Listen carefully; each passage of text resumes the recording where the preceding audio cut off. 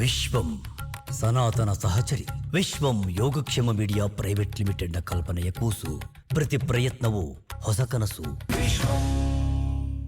ಹೇಮಂತ ಋತುವಿನ ಈ ವಿಶೇಷವಾಗಿರ್ತಕ್ಕಂಥ ಮಾಸದಲ್ಲಿ ಕೈಯಲ್ಲಿ ಒಂದು ಕಪ್ ಕಾಫಿ ಇಟ್ಕೊಂಡು ಪತ್ರಿಕೆಯಲ್ಲಿರ್ತಕ್ಕಂಥ ಬಿಸಿ ಬಿಸಿ ಸುದ್ದಿಯನ್ನು ನೋಡ್ತಾ ಎರಡನ್ನೂ ಆಸ್ವಾದಿಸುವ ಆನಂದ ಅನುಭವಿಸುವವರಿಗೆ ಮಾತ್ರವೇ ಗೊತ್ತು.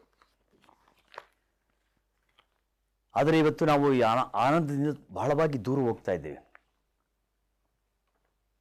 ಪ್ರಕೃತಿಯನ್ನು ನೋಡೋದು, ಆ ಪ್ರಕೃತಿಯಲ್ಲಿ ಆಗ್ತಿರ್ತಕ್ಕಂಥ ವಿಸ್ಮಯಗಳನ್ನು ಕಣ್ತುಂಬಿಕೊಳ್ತಕ್ಕಂಥದ್ದು, ಇವೆಲ್ಲವುಗಳಿಂದ ನಾವು ವಂಚಿತರಾಗ್ತಾ ಇದ್ದೇವೇನೋ ಅಂತಕ್ಕಂಥದ್ದು ನಮ್ಮನ್ನು ಬಹಳವಾಗಿ ಕಾಡುತ್ತೆ. ಸೂರ್ಯವಂಶಸ್ಥರಿಗೆ ಈ ಲಾಭವೇ ಸಿಕ್ಕೋದಿಲ್ಲ. ಸೂರ್ಯವಂಶಸ್ಥರು ಅಂದರೆ ನಮ್ಮ ಅಭಿಪ್ರಾಯದಲ್ಲಿ ಸೂರ್ಯೋದಯವನ್ನು ನೋಡದೇ ಇರತಕ್ಕಂಥ ನತದೃಷ್ಟರು ಅಂತ ತಡವಾಗಿ ಹೇಳ್ತಕ್ಕಂಥದ್ದು. ಇವತ್ತು ನಮ್ಮ ಬದುಕು ಬದಲಾಗಿದೆ, ನಮ್ಮ ದಿನಚರಿ ಬದಲಾಗಿದೆ. ಮುಂಚೆ ಎಲ್ಲ ಇಷ್ಟು ಗಂಟೆ ಊಟ ಮಾಡಬೇಕು, ಇಷ್ಟು ಗಂಟೆ ಮಲಗಬೇಕು ಅಂತಕ್ಕಂಥದ್ದೆಲ್ಲ ಇತ್ತು ಪಠ್ಯ. ಎಲ್ಲವೂ ಬದಲಾಗಿದೆ. ನಾವು ಹಣದ ಹಿಂದೆ ಬಿದ್ದಿದ್ದೇವೆ. ನಾವು ದುಡಿಯುವಂತಹ ವೇಳೆಗಳು ಬದಲಾಗಿದೆ. ಇಡೀ ರಾತ್ರಿ ಎಚ್ಚರವಾಗಿರುತ್ತೆ ನಗರ. ಯಾವುದೋ ಸಂದರ್ಭದಲ್ಲಿ ಊಟ ಮಾಡೋದು, ಯಾವುದೋ ಸಂದರ್ಭದಲ್ಲಿ ಕೆಲಸ ಮಾಡೋದು, 2 ಗಂಟೆಗೆ ಬರೋದು, 3 ಗಂಟೆಗೆ ಬರೋದು, ಮಲಗೋದು, ಈ ಥರದ್ದೆಲ್ಲ ಒಂದಷ್ಟು ಬದಲಾವಣೆಗಳು ಆಗಿಬಿಟ್ಟಿವೆ. ಯಾಂತ್ರಿಕತೆ ಅನ್ನೋದು ನಮ್ಮನ್ನು ವ್ಯಾಪಿಸಿಕೊಂಡು ಬಿಟ್ಟಿದೆ. ಇಡೀ ನಗರದಲ್ಲಿ ಇಡೀ ರಾತ್ರಿ ವಾಹನಗಳು ಸಂಚರಿಸ್ತಿರುತ್ತೆ, ಯುವಕರು ಓಡಾಡ್ತಿರ್ತಾರೆ, ಅಲ್ಲಿಂದ ಇಲ್ಲಿಂದ ಓಡಾಡ್ತಿರ್ತಾರೆ. 3 ಗಂಟೆ ಕೆಲಸ ಮಾಡ್ತಾರೆ, 12 ಗಂಟೆ 2 ಗಂಟೆ ಸಮಯವೇ ಇಲ್ಲ. ಯಾವಾಗ ಮಲಗ್ತಾರೆ, ಯಾವಾಗ ಹೇಳ್ತಾರೆ. ಅಂದರೆ ಬದುಕು ಹೇಗೆ ಬದಲಾಗ್ತಾ ಇದೆ ಅಂದರೆ ನಾವು ಇವೆಲ್ಲವನ್ನು ಕಳ್ಕೊಳ್ತಾ ಇದ್ದೇವೇನೋ ಅಂತಕ್ಕಂಥ ಒಂದು ನೋವು ಕೂಡ ನಮ್ಮನ್ನು ಕಾಡುತ್ತೆ. ನಮ್ಮ ಮಕ್ಕಳನ್ನು ಕೂಡ ನಾವು ಇವುಗಳಿಂದ ವಂಚಿತರನ್ನಾಗಿ ಮಾಡ್ತಾ ಇದ್ದೇವೆ. ಇದು ಶುಭೋದಯ ಚಿಂತನೆಯಾಗಿ ನೀವು ಸ್ವೀಕರಿಸಬೇಕು. ಹೊರಗಡೆ ಬಂದು ನೋಡಿ, ಈ ಹೇಮಂತ ಋತು ಹೇಗೆ ತನ್ನ ಸೊಬಗನ್ನು ವಿಸ್ತರಿಸಿಕೊಂಡಿದೆ ಅಂತ. ಆ ಚುಮು ಆ ಇಬ್ಬನಿ, ಆ ಮುಸುಕು ಮುಚ್ಚಿದಂತಹ ವಾತಾವರಣ, ಆ ಮೋಡ ಕವಿದ ವಾತಾವರಣ, ಆ ಸಂದರ್ಭದಲ್ಲಿ ಓಡಾಡುವಂತಹ ವ್ಯಕ್ತಿಗಳು ಮಾಡುವಂಥ ಚಡಪಡಿಕೆಗಳು, ಅವರ ವೇಷಭೂಷಣಗಳು, ರಸ್ತೆಯೇ ಕಾಣದೇ ಇರತಕ್ಕಂಥ ಒಂದು ವಿಶೇಷವಾದ ಸಂದರ್ಭ ನಮ್ಮ ಮಕ್ಕಳಿಗೆ ತೋರಿಸ್ಬೇಕಲ್ವೇ? ಪುಸ್ತಕವೇ ಅವ್ರ ಪ್ರಪಂಚ ಅಲ್ಲ, ಶಾಲೆಯವರ ಪ್ರಪಂಚ ಅಲ್ಲ. ಅವ್ರ ಮಕ್ಕಳನ್ನು ನಾವು ಕರೆದುಕೊಂಡು ಹೋಗಿ, ನೋಡಪ್ಪ ಇದು ಚಳಿ, ಅವ್ರಿಗೆ ಚಳಿ ಅನುಭವ ಆಗಬೇಕು, ಬಿಸಿ ಅನುಭವ ಆಗಬೇಕು, ಮಳೆಯ ಅನುಭವ ಆಗಬೇಕು. ಇದು ನಾವು ಮಾಡಬೇಕಲ್ವೇ? ಯಾವ ಪಠ್ಯವೂ ಹೇಳ್ಕೊಡೋದಿಲ್ಲ, ಯಾವ ಶಾಲೆಯೂ ಹೇಳ್ಕೊಡೋದಿಲ್ಲ. ನಾವು ವಿರುದ್ಧವಾಗಿ ಹೋಗ್ತಾ ಇದ್ದೇವೆ ಅಂತ ನನಗನ್ನಿಸ್ತಾ ಇದೆ. ನಮ್ಮ ಜನಪದರು ಹೇಳ್ತಾ ಇದ್ರು, ಯಾತಕ್ಕೆ ಮಳೆ ಹೋದವೋ ಶಿವ ಲೋಕ ತಲ್ಲಣಿಸ್ಯಾವೋ, ನಮ್ಮ ಜನಪದರು ಹೇಳ್ತಾ ಇದ್ರು. ಆದರೆ ಈಗ ನಾವೇನು ಹೇಳ್ತಾ ಇದ್ದೀವಿ? ರೈನ್ ಗೋ ಅವೇ. ಏನಿದು? ಎಂತಹ ವಿರೋಧಾಭಾಸದಲ್ಲಿ ನಾವು ಬದುಕ್ತಾ ಇದ್ದೇವೆ. ಯಾವುದು ಮಳೆಯನ್ನು ಬಂದು ಭೂಮಿಯನ್ನು ಫಸಲು ಮಾಡಬೇಕೋ ಅದರ ವಿರುದ್ಧವಾಗಿ ನಾವು ಮಾತಾಡ್ತೀವಿ, ಅದನ್ನು ನಾವು ಸಂಭ್ರಮಿಸ್ತೇವೆ. ಇದು ನಮ್ಮ ಎಚ್ಚರಿಕೆಯ ಗಂಟೆ ಆಗಬೇಕು. ಎಲ್ಲ ಪೋಷಕರು ಎಲ್ಲರೂ ಕೂಡ ಪ್ರಕೃತಿಗೆ ಹತ್ತಿರವಾಗಿ ಬದುಕಬೇಕು. ಅನೇಕ ವಿಚಾರಗಳು ಇದು ಪ್ರಕೃತಿ ಪರವಾಗಿಯೇ ಮಾತಾಡಬೇಕಾಗತ್ತೆ. ಅಷ್ಟು ವಿಚಾರಗಳು ಪತ್ರಿಕೆಗಳು ಹೊತ್ತು ತಂದಿವೆ ನಮಗೆ. ಮನುಷ್ಯ ಪ್ರಕೃತಿಯಿಂದ ಹೇಗೆ ವಿಮುಖನಾಗ್ತಾ ಇದ್ದಾನೆ ಅನ್ನೋದನ್ನು ಎಚ್ಚರಿಸುವಂಥದ್ದನ್ನು ಎಲ್ಲ ಪತ್ರಿಕೆಗಳಲ್ಲೂ ಇದೆ. ಅದನ್ನು ಹುಡುಕುವ ಕಣ್ಣುಗಳು ಬೇಕು, ನೋಡುವ ಮನಸ್ಸು ಬೇಕು ಅಂತ ಹೇಳ್ತಾ ಕಾಫಿ ಕಟ್ಟೆಯನ್ನು ಪ್ರಾರಂಭ ಮಾಡ್ತಾ ಇದ್ದೀವಿ. ಇವತ್ತಿನ ಕಾಫಿ ಕಟ್ಟೆಯಲ್ಲಿ ನಮ್ಮ ವಿಭಾಗೀಯ ಮುಖ್ಯಸ್ಥರಾಗಿರ್ತಕ್ಕಂಥ ಪ್ರಕಾಶ್ ಚಂದ್ರ ಅವರಿದ್ದಾರೆ. ಮಾಧ್ಯಮದಲ್ಲಿ ಪತ್ರಕರ್ತರಾಗಿ 4 ದಶಕಗಳಷ್ಟು ಕೆಲಸ ಮಾಡಿರ್ತಕ್ಕಂಥವ್ರು ಇವತ್ತು ನಮ್ಮ ವಿಭಾಗದಲ್ಲಿ, ನಮ್ಮ ವಾಹಿನಿಯಲ್ಲಿ ಕೆಲಸವನ್ನು ಮಾಡ್ತಿದ್ದಾರೆ. ಹಾಗೆಯೇ ನಾನು ನೆನ್ನೆಯೇ ಹೇಳಿದಾಗೆ ಈ ವೇದಿಕೆಯಲ್ಲಿ ಬೇರೆಯವರು ಬರಬೇಕು, ಯುವಕರು ಬರಬೇಕು, ಯುವ ಮನಸ್ಸುಗಳು ಬರಬೇಕು. ಅವರು ತಮ್ಮ ಅಭಿಪ್ರಾಯಗಳನ್ನು ಹೇಳಿಕೊಳ್ಬೇಕು. ಯಾಕೆಂದರೆ ಎಲ್ಲವನ್ನೂ ನಾವು ಮುಚ್ಚಿಡ್ತಾ ಇದ್ದೇವೆ, ಅವಕಾಶ ವಂಚಿತರನ್ನಾಗಿ ಮಾಡ್ತಿದ್ದೇವೆ. ಅವರು ಬಂದು ಮಾತಾಡ್ತಕ್ಕಂಥ ಭೂಮಿಕೆಯನ್ನು ಕೊಡಬೇಕು. ಹಾಗಾಗಿ ಇವತ್ತು ಕಾಲೇಜ್ ವಿದ್ಯಾರ್ಥಿನಿ ಅಭಿಶ್ರೀ ಅವಳನ್ನು ಕೂಡ ನಾವು ಬರಮಾಡ್ಕೊಂಡು ಕೇಳೋಣ, ಅವಳ ಅಭಿಪ್ರಾಯಗಳೇನಿದೆ, ಯಾವ ವಿಚಾರದಲ್ಲಿ ಅವಳು ತನ್ನ ಮಾತುಗಳನ್ನು ಹೇಳ್ತಾಳೆ ಅಂತ. ಮತ್ತೊಬ್ಬರು ಶ್ರೀವತ್ಸ ಅವರು ನಮ್ಮ ಜೊತೆಯಲ್ಲಿದ್ದಾರೆ, ಮತ್ತೊಬ್ಬರು ವಿಭಾಗೀಯ ಮುಖ್ಯಸ್ಥರು ಅಂತ ಹೇಳ್ತಾ ಒಂದು ಸುಭಾಷಿತ ಇವತ್ತು ನಮ್ಮನ್ನು ಎಚ್ಚರಿಸ್ತು. ವಿಜಯ ಕರ್ನಾಟಕದಲ್ಲಿ ಬಂದಿರತಕ್ಕಂಥ ಒಂದು ಅದ್ಭುತವಾದ ಸುಭಾಷಿತ. ಅದು ಹೇಳುತ್ತೆ, ಸಕಾರಾತ್ಮಕವಾಗಿರ್ತಕ್ಕಂಥ ವ್ಯಕ್ತಿಗಳು ಎಲ್ಲದರಲ್ಲೂ ಅವಕಾಶಗಳನ್ನೇ ಹುಡುಕ್ತಾರಂತೆ. ಎಷ್ಟು ಅದ್ಭುತವಾಗಿದೆ. ಎಲ್ಲದರಲ್ಲೂ ಅವಕಾಶಗಳನ್ನೇ ಹುಡುಕ್ತಾರೆ. ಅದೇ ನಕಾರಾತ್ಮಕವಾಗಿರ್ತಕ್ಕಂಥ ವ್ಯಕ್ತಿಗಳು ಪ್ರತಿ ಅವಕಾಶದಲ್ಲೂ ಸಮಸ್ಯೆಯನ್ನೇ ಹುಡುಕ್ತಾರೆ. ಎಷ್ಟು ಅದ್ಭುತವಾದಂತಹ ನಮ್ಮನ್ನು ಬಡಿದೆಚ್ಚರಿಸುವಂಥ 4 ಸಾಲುಗಳ ಒಂದು ಸುಭಾಷಿತ. ಯಾಕೆ ಹೇಳ್ತಾ ಇದ್ದೇನೆ ಅಂದರೆ, ಪತ್ರಿಕೆಗಳಲ್ಲಿ ಎಷ್ಟು ಹೂರಣ ಇದೆ ಅನ್ನುವುದನ್ನು ನಾವು ಅರ್ಥ ಮಾಡ್ಕೊಳ್ಬೇಕಾಗಿದೆ. ಅದು ಒಂದು ಸಾಕು ಸ್ಫೂರ್ತಿಯ ಸೆಲೆ ನಮ್ಮನ್ನು ಎಚ್ಚರಿಸುವುದಕ್ಕೆ. ಎಷ್ಟು ಅದ್ಭುತವಾದ ವಿಚಾರಗಳನ್ನು ಅವರು ಕೊಟ್ಟಿದ್ದಾರೆ. ಇದೇ ಸಕಾರಾತ್ಮಕ ಮತ್ತು ನಕಾರಾತ್ಮಕ. ಬೆಳಿಗ್ಗೆ ಎದ್ದು ಕೂಡ ಅಯ್ಯೋ ಅಯ್ಯೋ ಅಯ್ಯೋ ಅಂತಲೇ ಹೇಳೋದು, ಎಲ್ಲ ಸಮಸ್ಯೆಗಳನ್ನು ತಲೆ ಮೇಲೆ. ಅದರ ಬದಲು ಲವಲವಿಕೆಯಿಂದ ಜೀವನವನ್ನು ಪ್ರಾರಂಭ ಮಾಡೋದು ಹೇಗೆ ಅನ್ನೋದಕ್ಕೆ ಇಂತಹ ಒಂದು ಸಣ್ಣ ಸುಭಾಷಿತ ಸಾಕು ಅಂತ ಹೇಳ್ತಾ, ನೋಡೋಣ ನಮ್ಮ ಮಿತ್ರರು ಯಾವ ವಿಚಾರವನ್ನು ಇವತ್ತು ಅವರು ಕಾಡಿದೆ, ಅದ್ರ ಬಗ್ಗೆ ಅವರ ವಿಚಾರಗಳೇನು ಅಂತ. ಪ್ರಕಾಶ್, ಯಾವ ವಿಚಾರದ ಬಗ್ಗೆ ನೀವು ಮಾತಾಡ್ತೀರಿ? ಈ ಪತ್ರಿಕೆಗಳು ಯಾವ ವಿಚಾರ?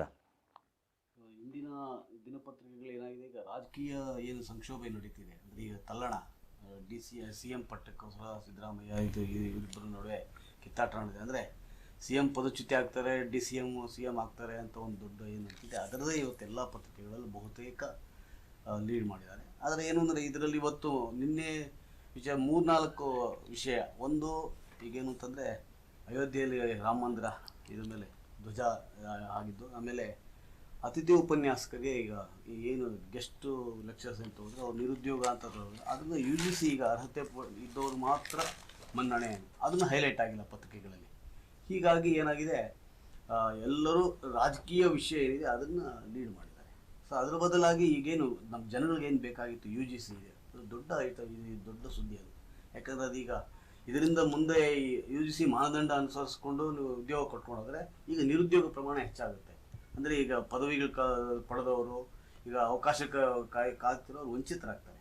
ಸೊ ಇದ್ರ ಬಗ್ಗೆ ಸೂಕ್ತವಾದ UGC ಮತ್ತು ಕೇಂದ್ರ ಸರ್ಕಾರ ಮಾನದಂಡ ರೂಪಿಸಬೇಕು. ಹೀಗಾಗಿ ಅದನ್ನು ಹೈಲೈಟ್ ಆಗಿಲ್ಲ. ಆದರೆ ಎಲ್ಲ ಪತ್ರಿಕೆಗಳು ರಾಜಕೀಯದ ಬಗ್ಗೆ ಹೆಚ್ಚು ಅಂದರೆ ಜನಗಳಿಗೂ ಅಂತ ರಾಜಕೀಯ ವಿಷಯಗಳೇ ಓದ್ತಾರೆ ಅಂತ ಜನಗಳ ಅಭಿರುಚಿ ಕೂಡ ಪತ್ರಿಕೆಗಳು ಈ ರೀತಿ ಇದು ಮಾಡ್ತಾರೆ. ಅದರ ಬದಲು ಜನಗಳಿಗೆ ಏನು ಬೇಕಾಗಿದೋ ಅದನ್ನು ಈ ಥರ ಸುದ್ದಿಗಳು ಕೊಟ್ಟಿದ್ದಾರೆ. ಇನ್ನಷ್ಟು ಪತ್ರಿಕೆಯ ನೀವು ಹೇಳಿದಾಗೆ ಈಗ ಏನು ನಕಾರಾತ್ಮಕ ಸಕಾರಾತ್ಮಕ ಅಂದರೆ ಪ್ರತಿಯೊಬ್ಬರಿಗೆ ಜೀವನದಲ್ಲಿ ಏನು ಮಾಡ್ತಾರೆ, ಈಗ ನಾವು ಬೆಂಗಳೂರಿಗೆ ಬರುವಂಥ ಒಂದೇ ದಾರಿ ಇದೆ ಅನ್ಕೊಳ್ಳೋ ಬದಲು ಬೆಂಗಳೂರು 10 ದಾರಿ ಇದೆ, ಒಂದು ದಾರಿ ಮುಚ್ಚಿದ್ರೆ ಇನ್ನೊಂದು ದಾರಿ ಬರ್ಬೋದು ಅನ್ನೋ ಒಂದು ಸಕಾರಾತ್ಮಕ ಬೆಳಿಬೇಕು. ಅಂದರೆ ಒಂದು ಯಾವುದೇ ಸಮಸ್ಯೆ ಯಾವುದೇ ವಿಷಯನ ಮುಟ್ಟಬೇಕಾದ್ರೆ ಬೇರೆ ಒಂದು ದಾರಿ ಇದೆ ಅನ್ನೋದು ನಮಗಲ್ಲಿ ಇದು ಧೈರ್ಯ ಬರಬೇಕು. ಅದ್ರ ಬದಲಾಗಿ ಅಯ್ಯೋ ಎಲ್ಲ ದಾರಿ ಮುಚ್ಚೋಯ್ತೆ ಅಂತ ಆ ರೀತಿ ಈ ಏನು ನಕಾರಾತ್ಮಕತೆ ಇದೆ, ಕೆಲವು ಪತ್ರಿಕೆಗಳು ಆ ಥರದ ಕೆಲವು ವಿಷಯಗಳನ್ನ ಸಾಧ್ಯವಾದಷ್ಟು ರಾಜಕೀಯದ ಹೆಚ್ಚು ಕೊಡದೆ ಅಭಿವೃದ್ಧಿ ಸಂಬಂಧ. ಅದು ಏನಾಗುತ್ತೆ ಅಂತಂದರೆ, ಇಡೀ ಜನರ ದೃಷ್ಟಿಕೋನ ಮತ್ತು ಎಲ್ಲರ ಇದು ಕೇಂದ್ರ ಅದರ ಮೇಲೆ ಇದೆ. ಏನು ಬದಲಾಗತ್ತೆ, ಏನಾಗತ್ತೆ ಅದು ನಾವೇ ವೈಭವೀಕರಿಸಿ, ಮಾಧ್ಯಮಗಳೇ ವೈಭವೀಕರಿಸಿರ್ತಕ್ಕಂಥದ್ದು. ಬದಲಾಗ್ತಾರೆ ಇಲ್ಲ, ಅದು ಇವೆಲ್ಲವನ್ನು ಸೃಷ್ಟಿಯಾಗಿದೆಯೋ ಸೃಷ್ಟಿ ಮಾಡಿದಾರೋ ಗೊತ್ತಿಲ್ಲ, ಒಟ್ಟಲ್ಲಿ ಗೊಂದಲವಂತೂ ಇದೆ. ಗೊಂದಲವನ್ನೇ ಮತ್ತಷ್ಟು ಗೊಂದಲ ಮಾಡಿದ್ದಾರೆ. ಹೇಗೂ ಇರಲಿ, ನಾವು ರಾಜಕೀಯದ ವಿಚಾರವಾಗಿ ಹೆಚ್ಚು ನಾವು ಚರ್ಚೆ ಮಾಡಲು ಆ ವೇದಿಕೆಯಲ್ಲ. ವತ್ಸ, ನೀವು ಯಾವ ವಿಚಾರವನ್ನು ನೀವು ಮಾತನಾಡ್ತೀರಿ?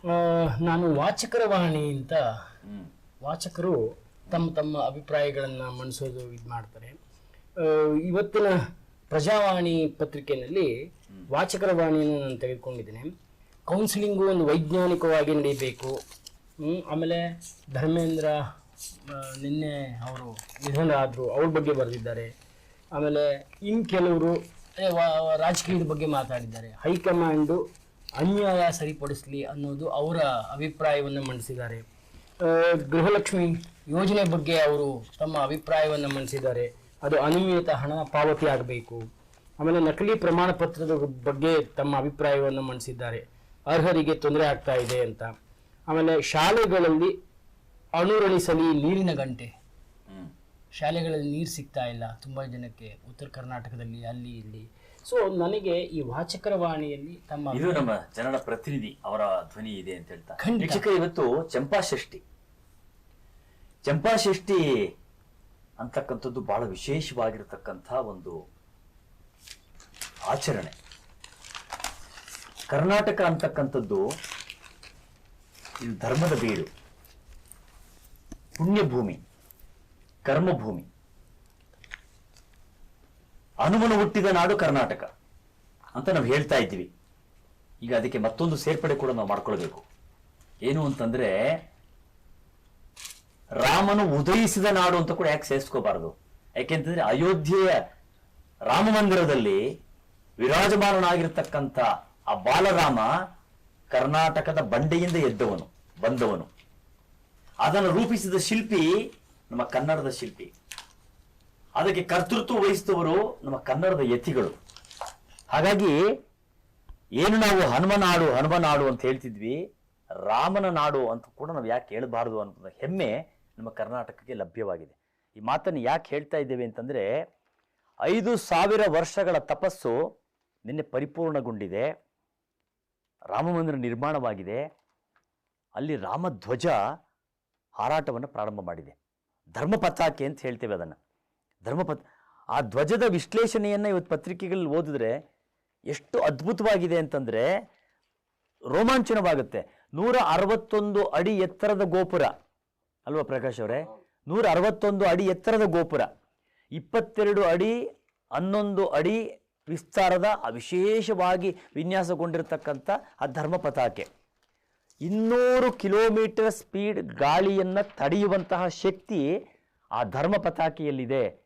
ಮತ್ತು ಆ ಸೂರ್ಯ ಲಾಂಛನ, ರಾಮ ಸೂರ್ಯವಂಶಸ್ಥನು, ಆ ಲಾಂಛನವನ್ನೇನಿದೆ ಅದನ್ನು ಕೂಡ ಅವರಲ್ಲಿ ಕೊಡ್ತಕ್ಕಂಥದ್ದನ್ನು, ಅಂದರೆ ಅತಿ ಎತ್ತರಕ್ಕೆ ಆ ಧ್ವಜ ಕಾಣುವಂತಹ ಒಂದು ಕೆಲಸ ಮಾಡಿದ್ದಾರೆ. ಧರ್ಮ ಪತಾಕೆ ಭಾರತದಲ್ಲಿ ಎದ್ದು ನಿಂತಿದೆ ಅಂತಂದರೆ ಇದು ಇಡೀ ನಮ್ಮ ರಾಮಪಥದ ಒಂದು ವಿಜಯೋತ್ಸವ, ಕರ್ನಾಟಕಕ್ಕೆ ಸಲ್ಲುವಂತಹ ಹೆಗ್ಗಳಿಕೆ ಅಂತ ಹೇಳ್ತಾ ಇವತ್ತಿನ ನಮ್ಮ ಈ ಚರ್ಚೆಯಲ್ಲಿ ಹಿರಿಯ ಪತ್ರಕರ್ತರಾಗಿರ್ತಕ್ಕಂಥ ನರಸಿಂಹ ಅವರು ಕೂಡ ಭಾಗವಹಿಸಿದ್ದಾರೆ. ಸಂಯುಕ್ತ ಕರ್ನಾಟಕದಲ್ಲಿ ಹಿರಿಯ ಪತ್ರಕರ್ತರಾಗಿ ಅನೇಕ ವರ್ಷಗಳ ಕಾಲ, ದಶಕಗಳ ಕಾಲ ಅವರು ಕೆಲಸವನ್ನು ಮಾಡಿರ್ತಕ್ಕಂಥವ್ರು ನಮ್ಮ ಚರ್ಚೆಯಲ್ಲಿ ನಮಸ್ಕಾರ, ಸ್ವಾಗತ ನರಸಿಂಹ ಅವರೇ. ನಿನಗೆ ಯಾವ ವಿಚಾರ ನಿನ್ನನ್ನು ಕಾಡ್ತಿದೆ? ವಿಚಾರ ಅನ್ನೋದಕ್ಕಿಂತ ಹೆಚ್ಚಾಗಿ ಪ್ರಜಾಪ್ರಭುತ್ವದ ಬಗ್ಗೆ ಪ್ರಧಾನಿ ಮೋದಿ ಅವರು ನಿನ್ನೆ ಮಾತಾಡಿದ್ದಾರೆ. ಅದರ ಬಗ್ಗೆ ಹೇಳಬೇಕಂದ್ರೆ ಡೆಮೋಕ್ರೆಟಿಕ್ ನೇಷನ್ ನಮ್ಮ ಇಂಡಿಯಾ. ಸೊ ಹಾಗಾಗಿ ಪ್ರತಿ ವಾಯ್ಸ್ ಕೂಡ ರೇಸ್ ಆಗಬೇಕು. ವಿರುದ್ಧವಾಗಿದ್ರೂ ಸರಿ ಅಥವಾ ಅದಕ್ಕೆ ಸೇರ್ಪಡೆಯಾಗುವಂಥ ವಾಯ್ಸ್ ಕೂಡ ಆಗಿರಲಿ. ಪ್ರಜಾಪ್ರಭುತ್ವ ಅನ್ನೋದು ಇಂಡಿಯಾದಲ್ಲಿ ಬಹಳ ಮುಖ್ಯವಾದಂಥದ್ದು. ಅದರ ಬಗ್ಗೆ ಮೋದಿಯವರು ಮಾತಾಡಿದ್ದಾರೆ. ನಿನ್ನೆ ಬಸವಣ್ಣನವರು ಸಹ ಅದನ್ನು ಹೇಳಿದ್ದಾರೆ, ಆ ವಚನದಲ್ಲಿ ಹೇಳಿದ್ದಾರೆ ಅನ್ನೋದನ್ನ ಮೋದಿಯವರು ಸಹ ಹೇಳಿದ್ದಾರೆ. ಅದು ಒಂದು ಅದ್ಭುತವಾದಂಥ ವಿಷಯ ಅನ್ನೋದು ನನಗನ್ಸಿದೆ. ಇದು ನನ್ನ ಪೂರಕವಾಗಿ ಮಾತು ಹೇಳಲೇಬೇಕು. ಇವತ್ತು ಅತ್ಯಂತ ವಿಶೇಷವಾದ ದಿವಸ. ಹೌದು, ನವೆಂಬರ್ 26, 1949ರಲ್ಲಿ ಸಂವಿಧಾನವನ್ನ ನಾವು ಒಪ್ಪಿಕೊಂಡಂತಹ ದಿವಸ. 76 ವರ್ಷಗಳಾಗಿದೆ. ಅದರ ಬಗ್ಗೆ ಎಲ್ಲ ಪತ್ರಿಕೆಗಳು ವಿಶೇಷವಾಗಿ ಬರೆದಿದ್ದಾವೆ ಮತ್ತು ವಿಜಯವಾಣಿಯಲ್ಲಂತೂ ಎಲ್ಲ ಪತ್ರಿಕೆಗಳಿದೆ. ನನಗೆ ಕಣ್ಣಿಗೆ ಕಾಣಿಸಿದ್ದು ಈ ಸಂವಿಧಾನದ ವಿಶೇಷತೆಗಳನ್ನು ನೋಡಿದ್ರೆ ಎಷ್ಟು ಅದ್ಭುತವಾಗಿದೆ ನೋಡಿ. ಸುಮ್ಮನೆ ಅದನ್ನ ಖ್ಯಾತ ಕಲಾವಿದರಾಗಿರ್ತಕ್ಕಂಥ ನಂದಲಾಲ್ ಬೋಸ್ ಸಂವಿಧಾನದ ಪ್ರತಿ ಪುಟದ ಅಂಚನ್ನು ವಿಶೇಷವಾಗಿ ವಿನ್ಯಾಸಗೊಳಿಸಿದರು. ಸಂವಿಧಾನವನ್ನ ಕೈಯಿಂದ ಬರೆಯಲಾಗಿದೆ. ನರಸಿಂಹಮೂರ್ತಿ ಅಲ್ವೇ? ಕೈಯಿಂದ ಬರೆದಿರ್ತಕ್ಕಂಥ ಸಂವಿಧಾನ ಇದು. ಮತ್ತು ಕ್ಯಾಲಿಗ್ರಫಿ ಕಲಾವಿದ ಪ್ರೇಮ್ ಬಿಹಾನಿ ನರಯನ್ ರೆಜಾಯ್ಡಾ ಸಂವಿಧಾನವನ್ನು ಬರೆದಿದ್ದು, ಅದನ್ನು ಬರೆದವರು ಯಾರು ಅಂತಕ್ಕಂಥದ್ದು ದಾಖಲಾಗಿದೆ. ಮೂಲ ಪ್ರತಿ 16x22 ಇಂಚು ಗಾತ್ರದ ಚರ್ಮದ ಕಾಗದದ ಹಾಳೆಗಳ ಮೇಲೆ ಬರೆಯಲಾಗಿದೆ. ಮೂಲ ಪ್ರತಿಯ ತೂಕ 3.75 kg. ಇವೆಲ್ಲವೂ ಕೂಡ ಭಾರತೀಯರಿಗೆ ಅರ್ಥವಾಗಬೇಕು, ನೆನಪಿನಲ್ಲಿ ಉಳಿಯಬೇಕು. ಯಾಕೆಂದ್ರೆ ಸಂವಿಧಾನ ಅಂಗೀಕಾರವಾದಂತಹ ದಿವಸ ಇದು, ಅದಕ್ಕೋಸ್ಕರವಾಗಿ. ಆಮೇಲೆ ನವೆಂಬರ್ 26ರಂದು 284 ಸದಸ್ಯರ ಸಹಿಯೊಂದಿಗೆ ಸಂವಿಧಾನ ಅಂಗೀಕಾರವಾಯಿತು. ಹಿಂದಿ ಮತ್ತು ಇಂಗ್ಲಿಷ್ 2 ಭಾಷೆಗಳಲ್ಲಿ ಸಂವಿಧಾನ ರಚನೆಯಾಗಿದೆ. ಸಂವಿಧಾನದಲ್ಲಿ 448 ಲೇಖನಗಳು, 12 ಅನುಚ್ಛೇದಗಳು, 106 ತಿದ್ದುಪಡಿಗಳು, 22 ಭಾಗಗಳನ್ನು ಹೊಂದಿದೆ. 1,17,360 ಪದಗಳಿರತಕ್ಕಂಥ ವಿಶ್ವದ ಬೃಹತ್ ಸಂವಿಧಾನ ಭಾರತದ ಸಂವಿಧಾನ. ಇದು ನಮ್ಮೆಲ್ಲರ ಹೆಗ್ಗಳಿಕೆ. ನರಸಿಂಹಮೂರ್ತಿ ಏನ್ ಹೇಳ್ತಿದ್ರು? ಸಂವಿಧಾನ ನಮ್ಮೆಲ್ಲರ ಭಗವದ್ಗೀತೆ. ಸಂವಿಧಾನ ಭಗವದ್ಗೀತೆ. ಆದ್ರೆ ಒಂದು ಏನು, ಈಗ ನಾವುಗಳೇ ರಾಜಕಾರಣದ ವ್ಯವಸ್ಥೆ ಆಗಿರ್ಬೋದು, ದೇಶದ ವ್ಯವಸ್ಥೆ ಆಗಿರ್ಬೋದು, ಅದನ್ನು ನಾವು ಕಾಲಕ್ಕೆ ತಕ್ಕಂತೆ ತಿದ್ದುಪಡಿ ಮಾಡ್ಕೋತಾ ಹೋಗ್ತಾ ಇದ್ದೀವಿ ಎಲ್ಲರೂ. ಸಂವಿಧಾನದಾಗ ಒಂದು ಕ್ಲಾಸ್ ಅವಾಗೇನು ಬರ್ದಿದ್ದಿತ್ತಲ್ಲ, ನಾ ರಾಜಕಾರಣಿ, ನಮ್ಮ ರಾಜಕಾರಣ, ನನಗೆ ಅನುಕೂಲಕ್ಕೋಸ್ಕರ ಕೆಲವೊಂದು ತಿದ್ದುಪಡಿಗಳನ್ನು ಮಾಡ್ಕೋತಾ ಹೋಗ್ತಾ ಇದ್ವಿ. ಇವರು ಡೆಮೋಕ್ರಸಿ ಅಂದರು. ನಿನ್ನೆ ಮೋದಿಯವರು ಬಸವಣ್ಣದ ಅನುಭವ ಮಂಟಪದ ಬಗ್ಗೆ ಮಾತಾಡಿದ್ರು. ಈ ಡೆಮೋಕ್ರಸಿ ಬಗ್ಗೆ ಹೇಳ್ಬೇಕಂತಂದ್ರೆ, ಯಾವ ದೇಶಕ್ಕೆ ಪ್ರಜಾಪ್ರಭುತ್ವ ಬರ್ತದೋ ಅಂತ ದೇಶಕ್ಕೆ 100 ವರ್ಷದ ನಂತರ ಅದು ವಿಕೃತ ಆಗ್ತದೆ ಅಂತ ಹೇಳಿ ಅರಿಸ್ಟಾಟಲ್ ಹೇಳ್ತಿದ್ರು. ನಮ್ಮ ದೇಶಕ್ಕೆ ನೀವು ಬಂದು 100 ವರ್ಷ ಆಗಿಲ್ಲ, 76 ವರ್ಷ ಆಯ್ತು. ಆಗಲೇ ವಿಕೃತವನ್ನ ನಾವು ಕಾಣ್ತಾ ಇದ್ದೇವೆ. ನಿಜ ನಿಜ. ನಮ್ ಏನ್ ಮಾಡ್ಲಿಕ್ಕೆ ಬರೋದಿಲ್ಲ. ನಮ್ಮ ದೇಶ, ನಮ್ಮ ಪ್ರಜಾಪ್ರಭುತ್ವ, ಪ್ರಜೆಗಳಿಂದನ ನಮ್ದು ದೇಶ ನಡೆಯುದು. ಒಟ್ಟಾರೆ ಸಂವಿಧಾನ ಎಲ್ಲ ಮೇಳೈಸಿ ಎಲ್ಲ ನೋಡಿದಾಗ ಸಂವಿಧಾನ ನಾವು ಭಗವದ್ಗೀತೆ ಅಂತ ಹೇಳ್ತೀವಿ, ಮತ್ತೊಂದು ಹೇಳ್ತೀವಿ ಬೈಬಲ್ಲು, ಭಗವದ್ಗೀತೆ, ಕುರಾನ್ ಎಲ್ಲ ಸಂವಿಧಾನ ನಮಗೆ. ಆದ್ರೆ ನಾವು ಯಾಕಡೆ ಹೋಗ್ತಾ ಇದ್ದೀವಿ ಅನ್ನೋ ವಿಷಾದ ದೇಶದ ಪ್ರಜ್ಞಾವಂತರನ್ನ ಕಾಡ್ತಾ ಇದೆ ಇವತ್ತು. ಆದ್ರೂ ಏನಾಗೋದಿಲ್ಲ, ಸಂವಿಧಾನನೇ. ನಮ್ಮ ಭಗವದ್ಗೀತೆನೇ. ಸಂವಿಧಾನದ ಬಗ್ಗೆ ನಾವು ವಿಶೇಷವಾಗಿ ಮಾತಾಡ್ತೀವಿ ಅಷ್ಟೇ. ಅನುಕರಣೆಯಲ್ಲಿ ಸಂವಿಧಾನವನ್ನು ನಾವು ತರೋದಕ್ಕೆ ನಾವು ಬಹಳ ದೂರವಾಗಿದ್ದೇವೆ. ಅಂದ್ರೆ ನಮ್ಮಲ್ಲಿ ದ್ವಂದ್ವಗಳಿದೆ ಅಂತ ನಾನು ಹೇಳೋದು.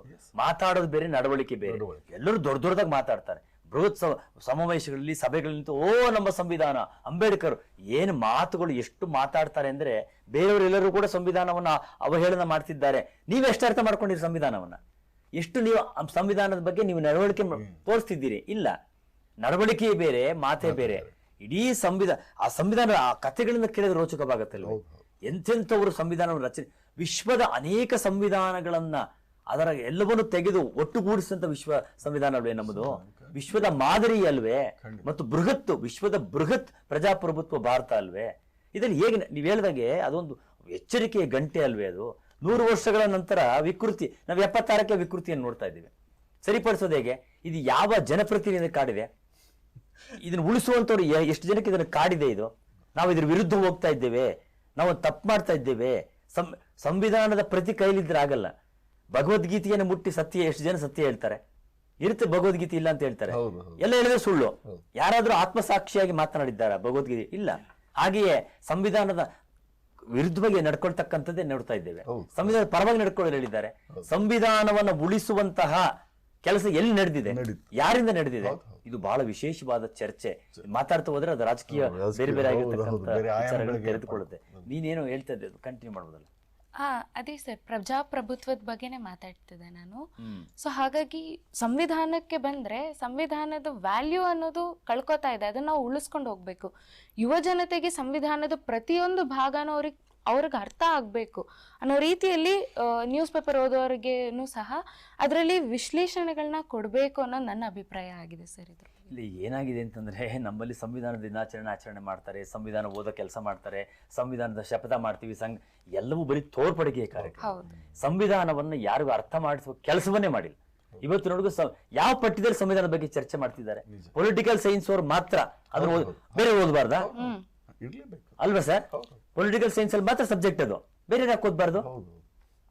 ಈಗ ದುರಂತ ಹೆಂಗಾಗ್ಬಿಟ್ಟಿದೆ ಅಂತಂದ್ರೆ, ನೀವು ಹೇಳ್ದಂಗೆ ಪೊಲಿಟಿಕಲ್ ಸೈನ್ಸ್ ಅವ್ರು, ನಾವು ರಾಜ್ಯಶಾಸ್ತ್ರ ಓದ್ತೀವಿ ಅಂದ್ರೆ ಅವ್ರಿಗೆ ಮಾತ್ರ ಸಂವಿಧಾನ, ಕಾನೂನು ವಿದ್ಯಾರ್ಥಿಗಳು ಮಾತ್ರ ಸಂವಿಧಾನ ಓದ್ತಿದೆ.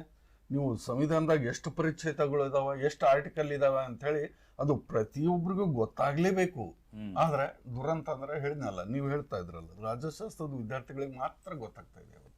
ಅದು ಎಲ್ಲರಿಗೂ ಗೊತ್ತಾಗುವಂಗ ಮಾಡ್ಬೇಕು ಇವ್ರು. ಇವತ್ತು ಮತ್ತೊಂದು ವಿಚಾರ ನನಗೆ ಅತ್ಯಂತ ಬಹಳವಾಗಿ ಕಾಡ್ತು ನನಗೆ. ನೋಡಿ, ಒಂದು ಪತ್ರಿಕೆಗಳಲ್ಲಿ ಸಂತೋಷವೂ ಇರುತ್ತೆ, ಸಂಭ್ರಮ ಇರುತ್ತೆ, ಸಡಗರ ಇರುತ್ತೆ, ಎಲ್ಲವೂ ಇರುತ್ತೆ. ಮುಖಪುಟದಲ್ಲಿ ನಮ್ಗೆ ಕಾಣ್ತಾ ಇರತಕ್ಕಂಥದ್ದು IAS ಅಧಿಕಾರಿ ಬೀಳಗಿ ಅವರು ದುರ್ಮರಣ. ನಾನು ಖುದ್ದಾಗಿ ಅವರನ್ನ ಭೇಟಿ ಮಾಡಿ ಆ ಸಂದರ್ಭಗಳು ಇವತ್ತು ನೆನಪಿಗೆ ಬರ್ತಾ ಇದೆ.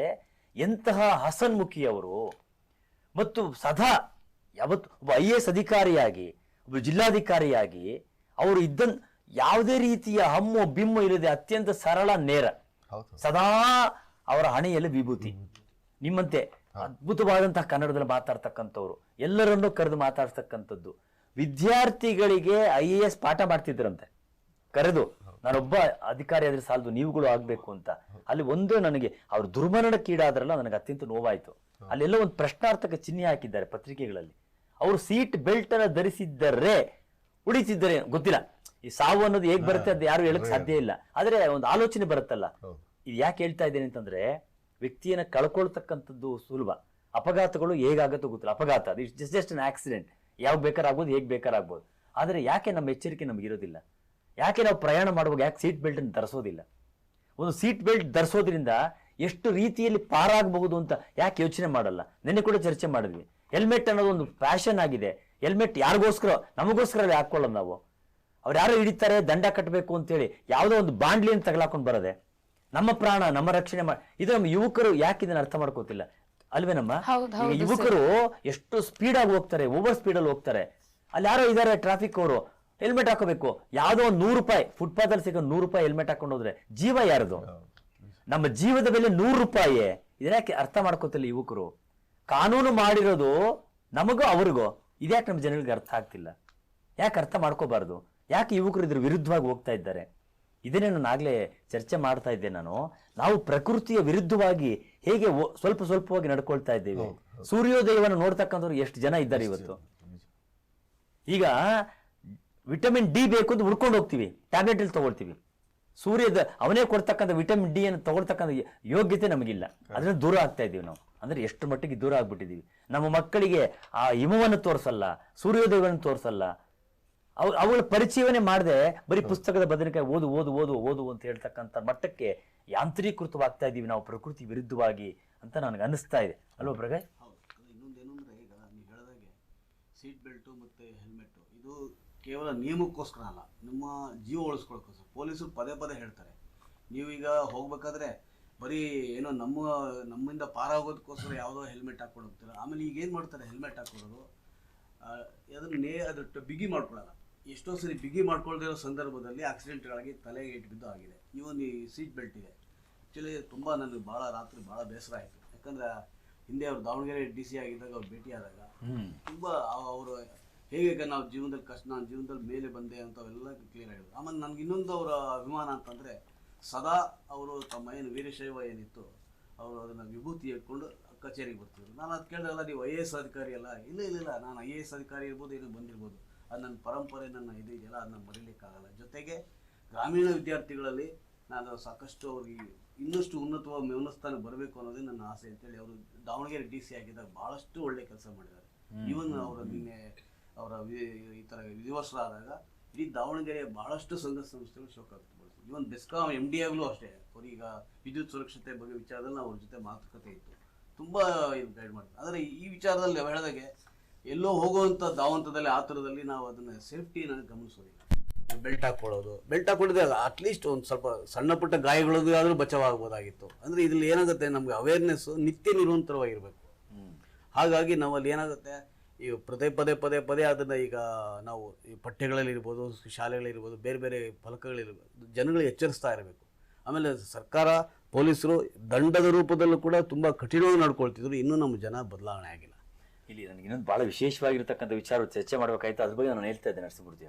ಇವತ್ತು ಚಂಪಾ ಷಷ್ಠಿ. ಹಾಗಾಗಿ ಷಷ್ಠಿ ಅಂದ್ರೇನು ಗೊತ್ತಿಲ್ಲ ನಮಗೆ, ಸುಬ್ರಹ್ಮಣ್ಯ ಅಂದ್ರೇನು ಗೊತ್ತಿಲ್ಲ, ಆರಾಧನೆ ಅಂದ್ರೆ ಗೊತ್ತಿಲ್ಲ, ಯಾಕೆ ಇದನ್ನೆಲ್ಲ ಮಾಡ್ತೀವಿ ಈ ವಿಚಾರಗಳು ನಮ್ಗೆ ಗೊತ್ತಿಲ್ಲದೆ ಆಚರಣೆ ಮಾಡ್ತೀವಿ, ಇಲ್ಲ ಗೊತ್ತಿಲ್ಲದೆ ಟೀಕೆ ಮಾಡ್ತೀವಿ. ನಮ್ಗೆ ಗೊತ್ತಿರೋದು ಎರಡೇ, ಗೊತ್ತಿಲ್ಲದೆ ಆಚರಣೆ ಮಾಡ್ತಕ್ಕಂಥದ್ದು ಅಥವಾ ಗೊತ್ತಿಲ್ಲದೆ ಮಾತಾಡೋದು.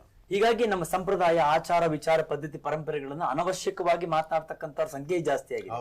ಯುವಕರಿಗೆ ತಿಳಿ ಹೇಳ್ತಕ್ಕಂಥ ಆ ವಾತಾವರಣವೇ ಇಲ್ಲ. ಚಂಪಾ ಏನು ಷಷ್ಠಿ ಅಂದ್ರೆ, ಇದು ಸ್ಕಂದ ಸುಬ್ರಹ್ಮಣ್ಯನ ಜನನವನ್ನ ನಮ್ಮ ಪುರಾಣಗಳು ಅದ್ಭುತವಾಗಿ ಅದನ್ನ ತಿಳಿಸಿದ್ದಾರೆ. ಹೇಗೆ ಅವನು ಹುಟ್ಟಿದ, ಹೇಗಾಯ್ತು, ಸತಿಯನ್ನ ಕಳ್ಕೊಂಡಿರ್ತಕ್ಕಂಥ ಪರಶಿವ ಏನಿದ್ದಾನೆ ಅವನು ವಿರಾಗಿಯಾಗಿ ವಿರಹದಲ್ಲಿ ಪರಿತಪಿಸುವ ಸಂದರ್ಭದಲ್ಲಿ ಅದೇ ಸತಿಯ ಪಾರ್ವತಿಯಾಗಿ ಬಂದಳು ಅಂತಕ್ಕಂಥದ್ದನ್ನು ಪುರಾಣಗಳು ಬಹಳ ಸ್ಪಷ್ಟವಾಗಿ ಹೇಳುತ್ತೆ. ಅವಳು ತಪಸ್ಸನ್ನ ಮಾಡಿದ್ಲು, ಕಠಿಣ ತಪಸ್ಸನ್ನ ಮಾಡಿ ಶಿವನನ್ನು ಒಲಿಸಿಕೊಂಡ್ಲು. ಆ ನಂತರದಲ್ಲಿ ಅವರಿಬ್ಬರು ಒಂದಾದರು. ಆಗ ಈ ಸ್ಕಂದ ತಾರಕಾಸುರನ ಸಂಹಾರ ಮಾಡೋಕ್ಕೋಸ್ಕರವಾಗಿ ಸುಬ್ರಹ್ಮಣ್ಯ ಬರಬೇಕಾಗಿತ್ತು. ಹಾಗಾಗಿ ಅವನು ಬಂದ ಅಂತಕ್ಕಂಥ ಕಥೆಗಳು. ಅವನೇ ಕಾರ್ತಿಕೀಯ ಹೇಗಾದ, ಅವನು ಸ್ಕಂದ ಹೇಗಾದ, ಪ್ರತಿಯೊಂದೊಂದಕ್ಕೂ ಅಕ್ಷರ ನಮ್ಮಲ್ಲಿ ವಿವರಣೆಗಳನ್ನು ಕೊಟ್ಟಿದ್ದಾರೆ. ಮತ್ತು ಯಾಕೆ ನಾವು ಸುಬ್ರಹ್ಮಣ್ಯನನ್ನ ಸರ್ಪರೂಪದಲ್ಲಿ ಪೂಜೆ ಮಾಡ್ತೀವಿ ಗೊತ್ತಿಲ್ಲ. ಹೋಗ್ತೀವಿ, ಹಾಲೆರಿಯೋದು, ಪೂಜೆ ಮಾಡೋದು, ಇದೇ ನಮ್ಗೆ ನಡೀತಿರೋದು. ಅರ್ಥ ಮಾಡ್ಕೊಳ್ಬೇಕಾಗಿರೋದು ಏನು ಅಂತಂದ್ರೆ, ಆ ಸುಬ್ರಹ್ಮಣ್ಯ ಅಂತಕ್ಕಂಥವನು ಅವನು ಅತ್ಯಂತ ಬಾಲಕ, ಸುಂದರನಾಗಿರ್ತಕ್ಕಂಥ ಬಾಲಕ. ನಾರದರನ್ನ ಇದ್ದಕ್ಕಿದ್ದಂತೆ ಒಮ್ಮೆ ಪ್ರಶ್ನೆ ಮಾಡ್ತಾನೆ, ಪ್ರಣವದ ಬಗ್ಗೆ ನನಗೆ ವಿವರಣೆಯನ್ನು ಕೊಡಿ ಅಂತ ಕೇಳಿದಂತೆ. ನಾರದರು ಏನು ಮಾಡಿದ್ರು, ಇವನ್ ಯಾರೋ ಚಿಕ್ಕ ಹುಡುಗ ಕೇಳ್ತಾ ಇದ್ದಾನೆ, ಇವನಿಗೆ ಪ್ರಣವದ ಅರ್ಥ, ಓಂಕಾರದ ಅರ್ಥವನ್ನು ಹೇಳಿ ಅರ್ಥ ಮಾಡಿಸೋ ಸಮಯವೇ ಅಂತ ಹೇಳಿ ಅದನ್ನು ಉತ್ತರ ಕೊಡ್ಲಿಲ್ಲ. ಇವನಿಗೆ ಕೋಪ ಬಂದು ಆ ನಾರದರನ್ನ ಕಂಬಕ್ಕೆ ಕಟ್ಟಾಕ್ಬಿಟ್ಟ. ಇದನ್ನು ನೋಡಿದಂತ ಶಿವ ಬಂದ, ತಪ್ಪು ಮಾಡಿದ್ದೀಯ, ಮಹರ್ಷಿಗಳು ಬ್ರಹ್ಮರ್ಷಿಗಳು ಅವರನ್ನ ನೀನು ಕಟ್ಟ ಹಾಕಿದ್ದೀಯಲ್ಲ ಅಂತ ಹೇಳಿ ಆ ನಾರದರಾಗಿ ಶಿಕ್ಷೆ ಕೊಡಬಾರ್ದಾಗಿತ್ತು, ಮಹನೀಯರು ಅಂತ ಹೇಳಿ ಅವರನ್ನು ಬಿಡಿಸಿ ಅವನೇ ಇವನಿಗೆ ಎಲ್ಲವನ್ನು ಕೂಡ ತಿಳಿಸಿದ. ಓಂಕಾರವನ್ನ ಅರ್ಥವನ್ನ ಈಶ್ವರನೇ ಸುಬ್ರಹ್ಮಣ್ಯನಿಗೆ ಹೇಳಿದನಂತೆ. ಆಗ ಸುಬ್ರಹ್ಮಣ್ಯನಿಗೆ ಪಶ್ಚಾತ್ತಾಪವಾಯಿತು, ನಾನು ಎಂಥ ತಪ್ಪನ್ನು ಮಾಡಿದೆ, ನಾರದರಿಗೆ ನಾನು ಶಿಕ್ಷೆಯನ್ನು ಕೊಡುವಂತಹ ಒದ್ದಟತನ ತೋರಿದ್ನಲ್ಲ ಅಂತ ಹೇಳಿ ತನ್ನನ್ನ ತಾನು ಶಪಿಸಿಕೊಂಡು ಸರ್ಪರೂಪವನ್ನು ತಾಳಿದ. ಹೋಗಿ ಆಗ ಅವನು ಹುತ್ತದಲ್ಲಿ ಸೇರಿಕೊಂಡ. ಪಾರ್ವತಿಗೆ ಬಹಳ ವೇದನೆಯಾಯಿತು. ನನ್ನ ಸುಂದರನಾಗಿರ್ತಕ್ಕಂಥ ನನ್ನ ಮಗ ಯಾವುದೋ ಒಂದು ವಿಷಸರ್ಪದ ರೂಪವನ್ನು ತಾಳಿದ್ದಾನಲ್ಲ, ಏನ್ ಮಾಡ್ಬೇಕು, ಮತ್ತೆ ಅವನು ಮರಳಿ ಮನುಷ್ಯ ಜನ್ಮವನ್ನು ಪಡೆಯೋದು ಏನ್ ಮಾಡ್ಬೇಕು. ಅನೇಕ ಪ್ರಯೋಗಗಳು ಎಲ್ಲ ಮಾಡಿದಾಗ ಪರಶಿವನಿಂದಲೇ ಉತ್ತರ ಬಂತು, ನಾರದರಿಂದ ಉತ್ತರ ಬಂತು, ನೀನು ಷಷ್ಠಿಯನ್ನ ಮಾಡು. ಷಷ್ಠಿ ಅಂದ್ರೆ ಒಂದು ವ್ರತ, ಒಂದು ನಿಯಮ. ಒಬ್ಬ ಬ್ರಹ್ಮಚಾರಿಯನ್ನ ಕರೆದು, ಹುಡುಗನನ್ನ ಕರೆದು, ಒಳ್ಳೆಯ ಹುಡುಗ ಅವನಿಗೆ ಊಟೋಪಚಾರಗಳನ್ನು ಮಾಡಿ, ವಸ್ತ್ರಗಳನ್ನು ಕೊಟ್ಟು, ಪೂಜೆಯನ್ನ ಮಾಡಿ ಪರಿವರ್ತನೆ ಆಗ್ಲಿ ಅಂತ ಪ್ರಾರ್ಥನೆ ಮಾಡ್ತಕ್ಕಂಥದ್ದು ಷಷ್ಠಿ ವ್ರತ ನಮ್ಮಲ್ಲಿ ನಡ್ಕೊಂಡ್ ಬಂದಿರತಕ್ಕಂಥದ್ದು. ಅದನ್ನು ಮಾಡಿದ ನಂತರದಲ್ಲಿ ಸುಬ್ರಹ್ಮಣ್ಯ ಮತ್ತೆ ಅವನು ಸರ್ಪರೂಪದಿಂದ ಬಾಲಕನಾಗಿ ಬಂದನಂತೆ. ಅವನು ಅಭಯ ಕೊಟ್ಟನಂತೆ, ನಾನು ಕೆಲ ದಿನಗಳ ಕಾಲ ನಾನು ಸರ್ಪರೂಪದಲ್ಲಿ ಇದ್ದದ್ದರಿಂದಾಗಿ ಸರ್ಪರೂಪದಲ್ಲಿಯೂ ಕೂಡ ನನ್ನನ್ನ ಪೂಜೆ ಮಾಡುವಂತಾಗಲಿ ಅಂತ ಹೇಳಿದ್ದಾನೆ. ಅಂದ್ರೆ ದೈವಾಂಶ ಅಲ್ಲಿದೆ ಅಂದ್ರೆ ಸರ್ಪ ಸಂಕುಲಗಳು ನಾವು ಸಂರಕ್ಷಣೆ ಮಾಡ್ತೇವೆ ಅಂತಕ್ಕಂಥ ಇದರ ಪ್ರಕೃತಿಯ ವಿಚಾರ, ಇದು ಅರ್ಥ ಮಾಡ್ಕೊಳ್ಬೇಕಾಗಿರೋದು. ಈಗ ನಾವು ಹಾವನ್ನ ನೋಡಿದ್ರೆ ಹೊಡಿತೀವಿ, ಹಾವನ್ನ ನೋಡಿದ್ರೆ ಎದುರ್ಕೊಳ್ತೇವೆ, ಹಾವು ನಮ್ಮನ್ನ ನೋಡಿ ಎದುರ್ಕೊಳುತ್ತೆ. ಇದು ಯಾರಿಗೂ ಅರ್ಥವೇ ಆಗ್ತಿಲ್ಲ. ಹಾವು ಹಿಡಿತಕ್ಕಂಥವ್ರನ್ನ ಕೇಳಿದ್ರೆ ಹೇಳ್ತಾರ ಅವರು, ಹಾವು ನಮ್ಗೇನಾರ ಮಾಡ್ತಾನೇನೋ ಅಂತಕ್ಕಂಥದ್ದರೆ ಎದುರ್ಕೊಳ್ಳೋದು, ಅದನ್ನ ನಾವು ಹೊಡೆದಾಕ್ತಕ್ಕಂಥದ್ದು, ಸಾಯಿಸುವಂಥದ್ದು, ಇವೆಲ್ಲವನ್ನು ಕೂಡ ನಾವು ಮಾಡ್ತಾ ಇದ್ದೇವೆ. ಪ್ರಕೃತಿ ವಿರುದ್ಧವಾದ ಕ್ರಿಯೆಗಳು. ಅದಕ್ಕೆ ಅಪಾಯವಾದ್ರೆ ಮಾತ್ರ ಅದು ಕಚ್ಚಕ್ಕೆ ಬರುತ್ತೆ. ಅದಕ್ಕೆ ಹೇಳಿರೋದು ಅಲ್ಲಿ ದೈವಾಂಶವನ್ನು ತಂದ್ರೆ ಅದನ್ನ ಸಂರಕ್ಷಣೆ ಮಾಡ್ತಾನೆ ಅಂತಕ್ಕಂಥ ಒಂದು ಇಡೀ ಪುರಾಣದ ತತ್ವ ಏನಿದೆ, ಇದ್ರ ಬಗ್ಗೆ ನಾವು ಯೋಚನೆ ಮಾಡಲ್ಲ. ಕರ್ನಾಟಕ ನಾನು ಹೇಳಿದಾಗೆ ಧರ್ಮದ ಬೀಡು, ನೆಲೆಯ ಬೀಡು. ಇಲ್ಲಿ ಕ್ರಾಂತಿ ನಡೆದಿದೆ, ಸಾಧು ಸತ್ಪುರುಷರೆಲ್ಲ ನಡೆದಿದ್ದಾರೆ. ಇಡೀ ಕರ್ನಾಟಕದಲ್ಲಿ ಸರ್ಪ ಸಂಕುಲನ ಪೂಜೆ ಮಾಡ್ತಕ್ಕಂಥದ್ದು ಇಡೀ ನಮ್ಮ ಭಾರತ ಪರಂಪರೆ ಇಲ್ಲಲ್ವೇ ನರಸಿಂಹಮೂರ್ತಿಯವರೇ? ಪ್ರಕೃತಿಯನ್ನ, ಮರ ಗಿಡಗಳನ್ನ ಪೂಜೆ ಮಾಡ್ತಕ್ಕಂಥದ್ದು ಯಾವ್ದಾದ್ರು ಇದೆಯಾ ಪ್ರಪಂಚದಲ್ಲಿ? ಭಾರತ ಸಂಸ್ಕೃತಿಯಲ್ಲಿದೆ. ಯಾವುದಾದರೂ ಪ್ರಾಣಿ ಸಂಕುಲಗಳಿಗೆ ಪೂಜೆ ಮಾಡೋದಿದ್ರೆ ಭಾರತ ಸಂಪ್ರದಾಯ ಬೇರೆ ಎಲ್ಲಿದೆ? ಹಸುವನ್ನ ಪೂಜೆ ಮಾಡ್ತೇವೆ ನಾವು, ಗೋವನ್ನ ಪೂಜೆ ಮಾಡ್ತೇವೆ ಅಲ್ವೇ? ಎಲ್ಲಾ ರೀತಿಯ ಪ್ರಾಣಿಗಳನ್ನು ನೋಡ್ತಕ್ಕಂಥದ್ದು ನಮ್ಮಲ್ಲಿದೆ. ನಮ್ಮಲ್ಲಿ ನೋಡಿ ಕುಕ್ಕೆ ಸುಬ್ರಹ್ಮಣ್ಯ ಇದೆ, ಅದನ್ನ ಸರ್ಪದ ಶಿರೋಭಾಗ ಅಂತ ಹೇಳಲಾಗುತ್ತೆ. ಮೂರು ಪ್ರಮುಖ ಕ್ಷೇತ್ರಗಳಿದೆ. ಘಾಟಿ ಸುಬ್ರಹ್ಮಣ್ಯ ಇದೆ, ಈ ದೊಡ್ಡಬಳ್ಳಾಪುರ ಗೌರಿಬಿದನೂರು, ಅದು ಸರ್ಪದ ಮಧ್ಯಭಾಗವಂತೆ. ಪಾವಗಡದಲ್ಲಿ ನಾಗಲಮಡಿಕೆ ಅಂತ ಇದೆ, ಅದು ಸರ್ಪದ ಬಾಲಭಾಗ. ಅಂದ್ರೆ ಅಷ್ಟು ದೊಡ್ಡದಾಗಿರತಕ್ಕಂಥ ಸರ್ಪ ಕರ್ನಾಟಕವನ್ನ ಸಂರಕ್ಷಣೆ ಮಾಡ್ತಿದೆ ಅಂತ ಹೇಳಿ ಶಾಸ್ತ್ರಗಳು. ಅಂದ್ರೆ ಇವೆಲ್ಲವೂ ಕೂಡ ಎಷ್ಟು ರೋಚಕವಾಗಿದೆ ಅಂತ. ಅಂತಹ ಸುಬ್ರಹ್ಮಣ್ಯನನ್ನ ಆರಾಧನೆ ಮಾಡುವ, ಪೂಜೆ ಮಾಡುವ ಚಂಪಾಷಷ್ಠಿ ಇವತ್ತು. ಅಂದ್ರೆ ಪ್ರಕೃತಿಗೆ ಮನುಷ್ಯ ಹತ್ತಿರವಾಗಬೇಕು. ಜನಪದರು ಮಾಡಿದ್ದನ್ನೇ ಅಲ್ವಾ ನರಸಿಂಹಮೂರ್ತಿಯವರೇ?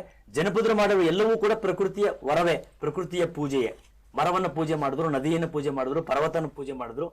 ಗೋವರ್ಧನ ಕೃಷ್ಣ ಎತ್ತಾಗ ಏನ್ ಪರ್ವತ ಪೂಜೆ ಅಲ್ವೇ? ಪ್ರಕೃತಿ ಪೂಜೆ ಅಲ್ವೇ? ನನ್ಗೆ ಅದಕ್ಕೆ ಯಾಕೆ ಈ ಮಾತನ್ನು ಹೇಳ್ತಾ ಇದ್ದೇನೆ ಅಂತಂದ್ರೆ, ಇವತ್ತು ಒಂದು ಅದ್ಭುತವಾದ ವಿಚಾರ ಬಂದಿದೆ.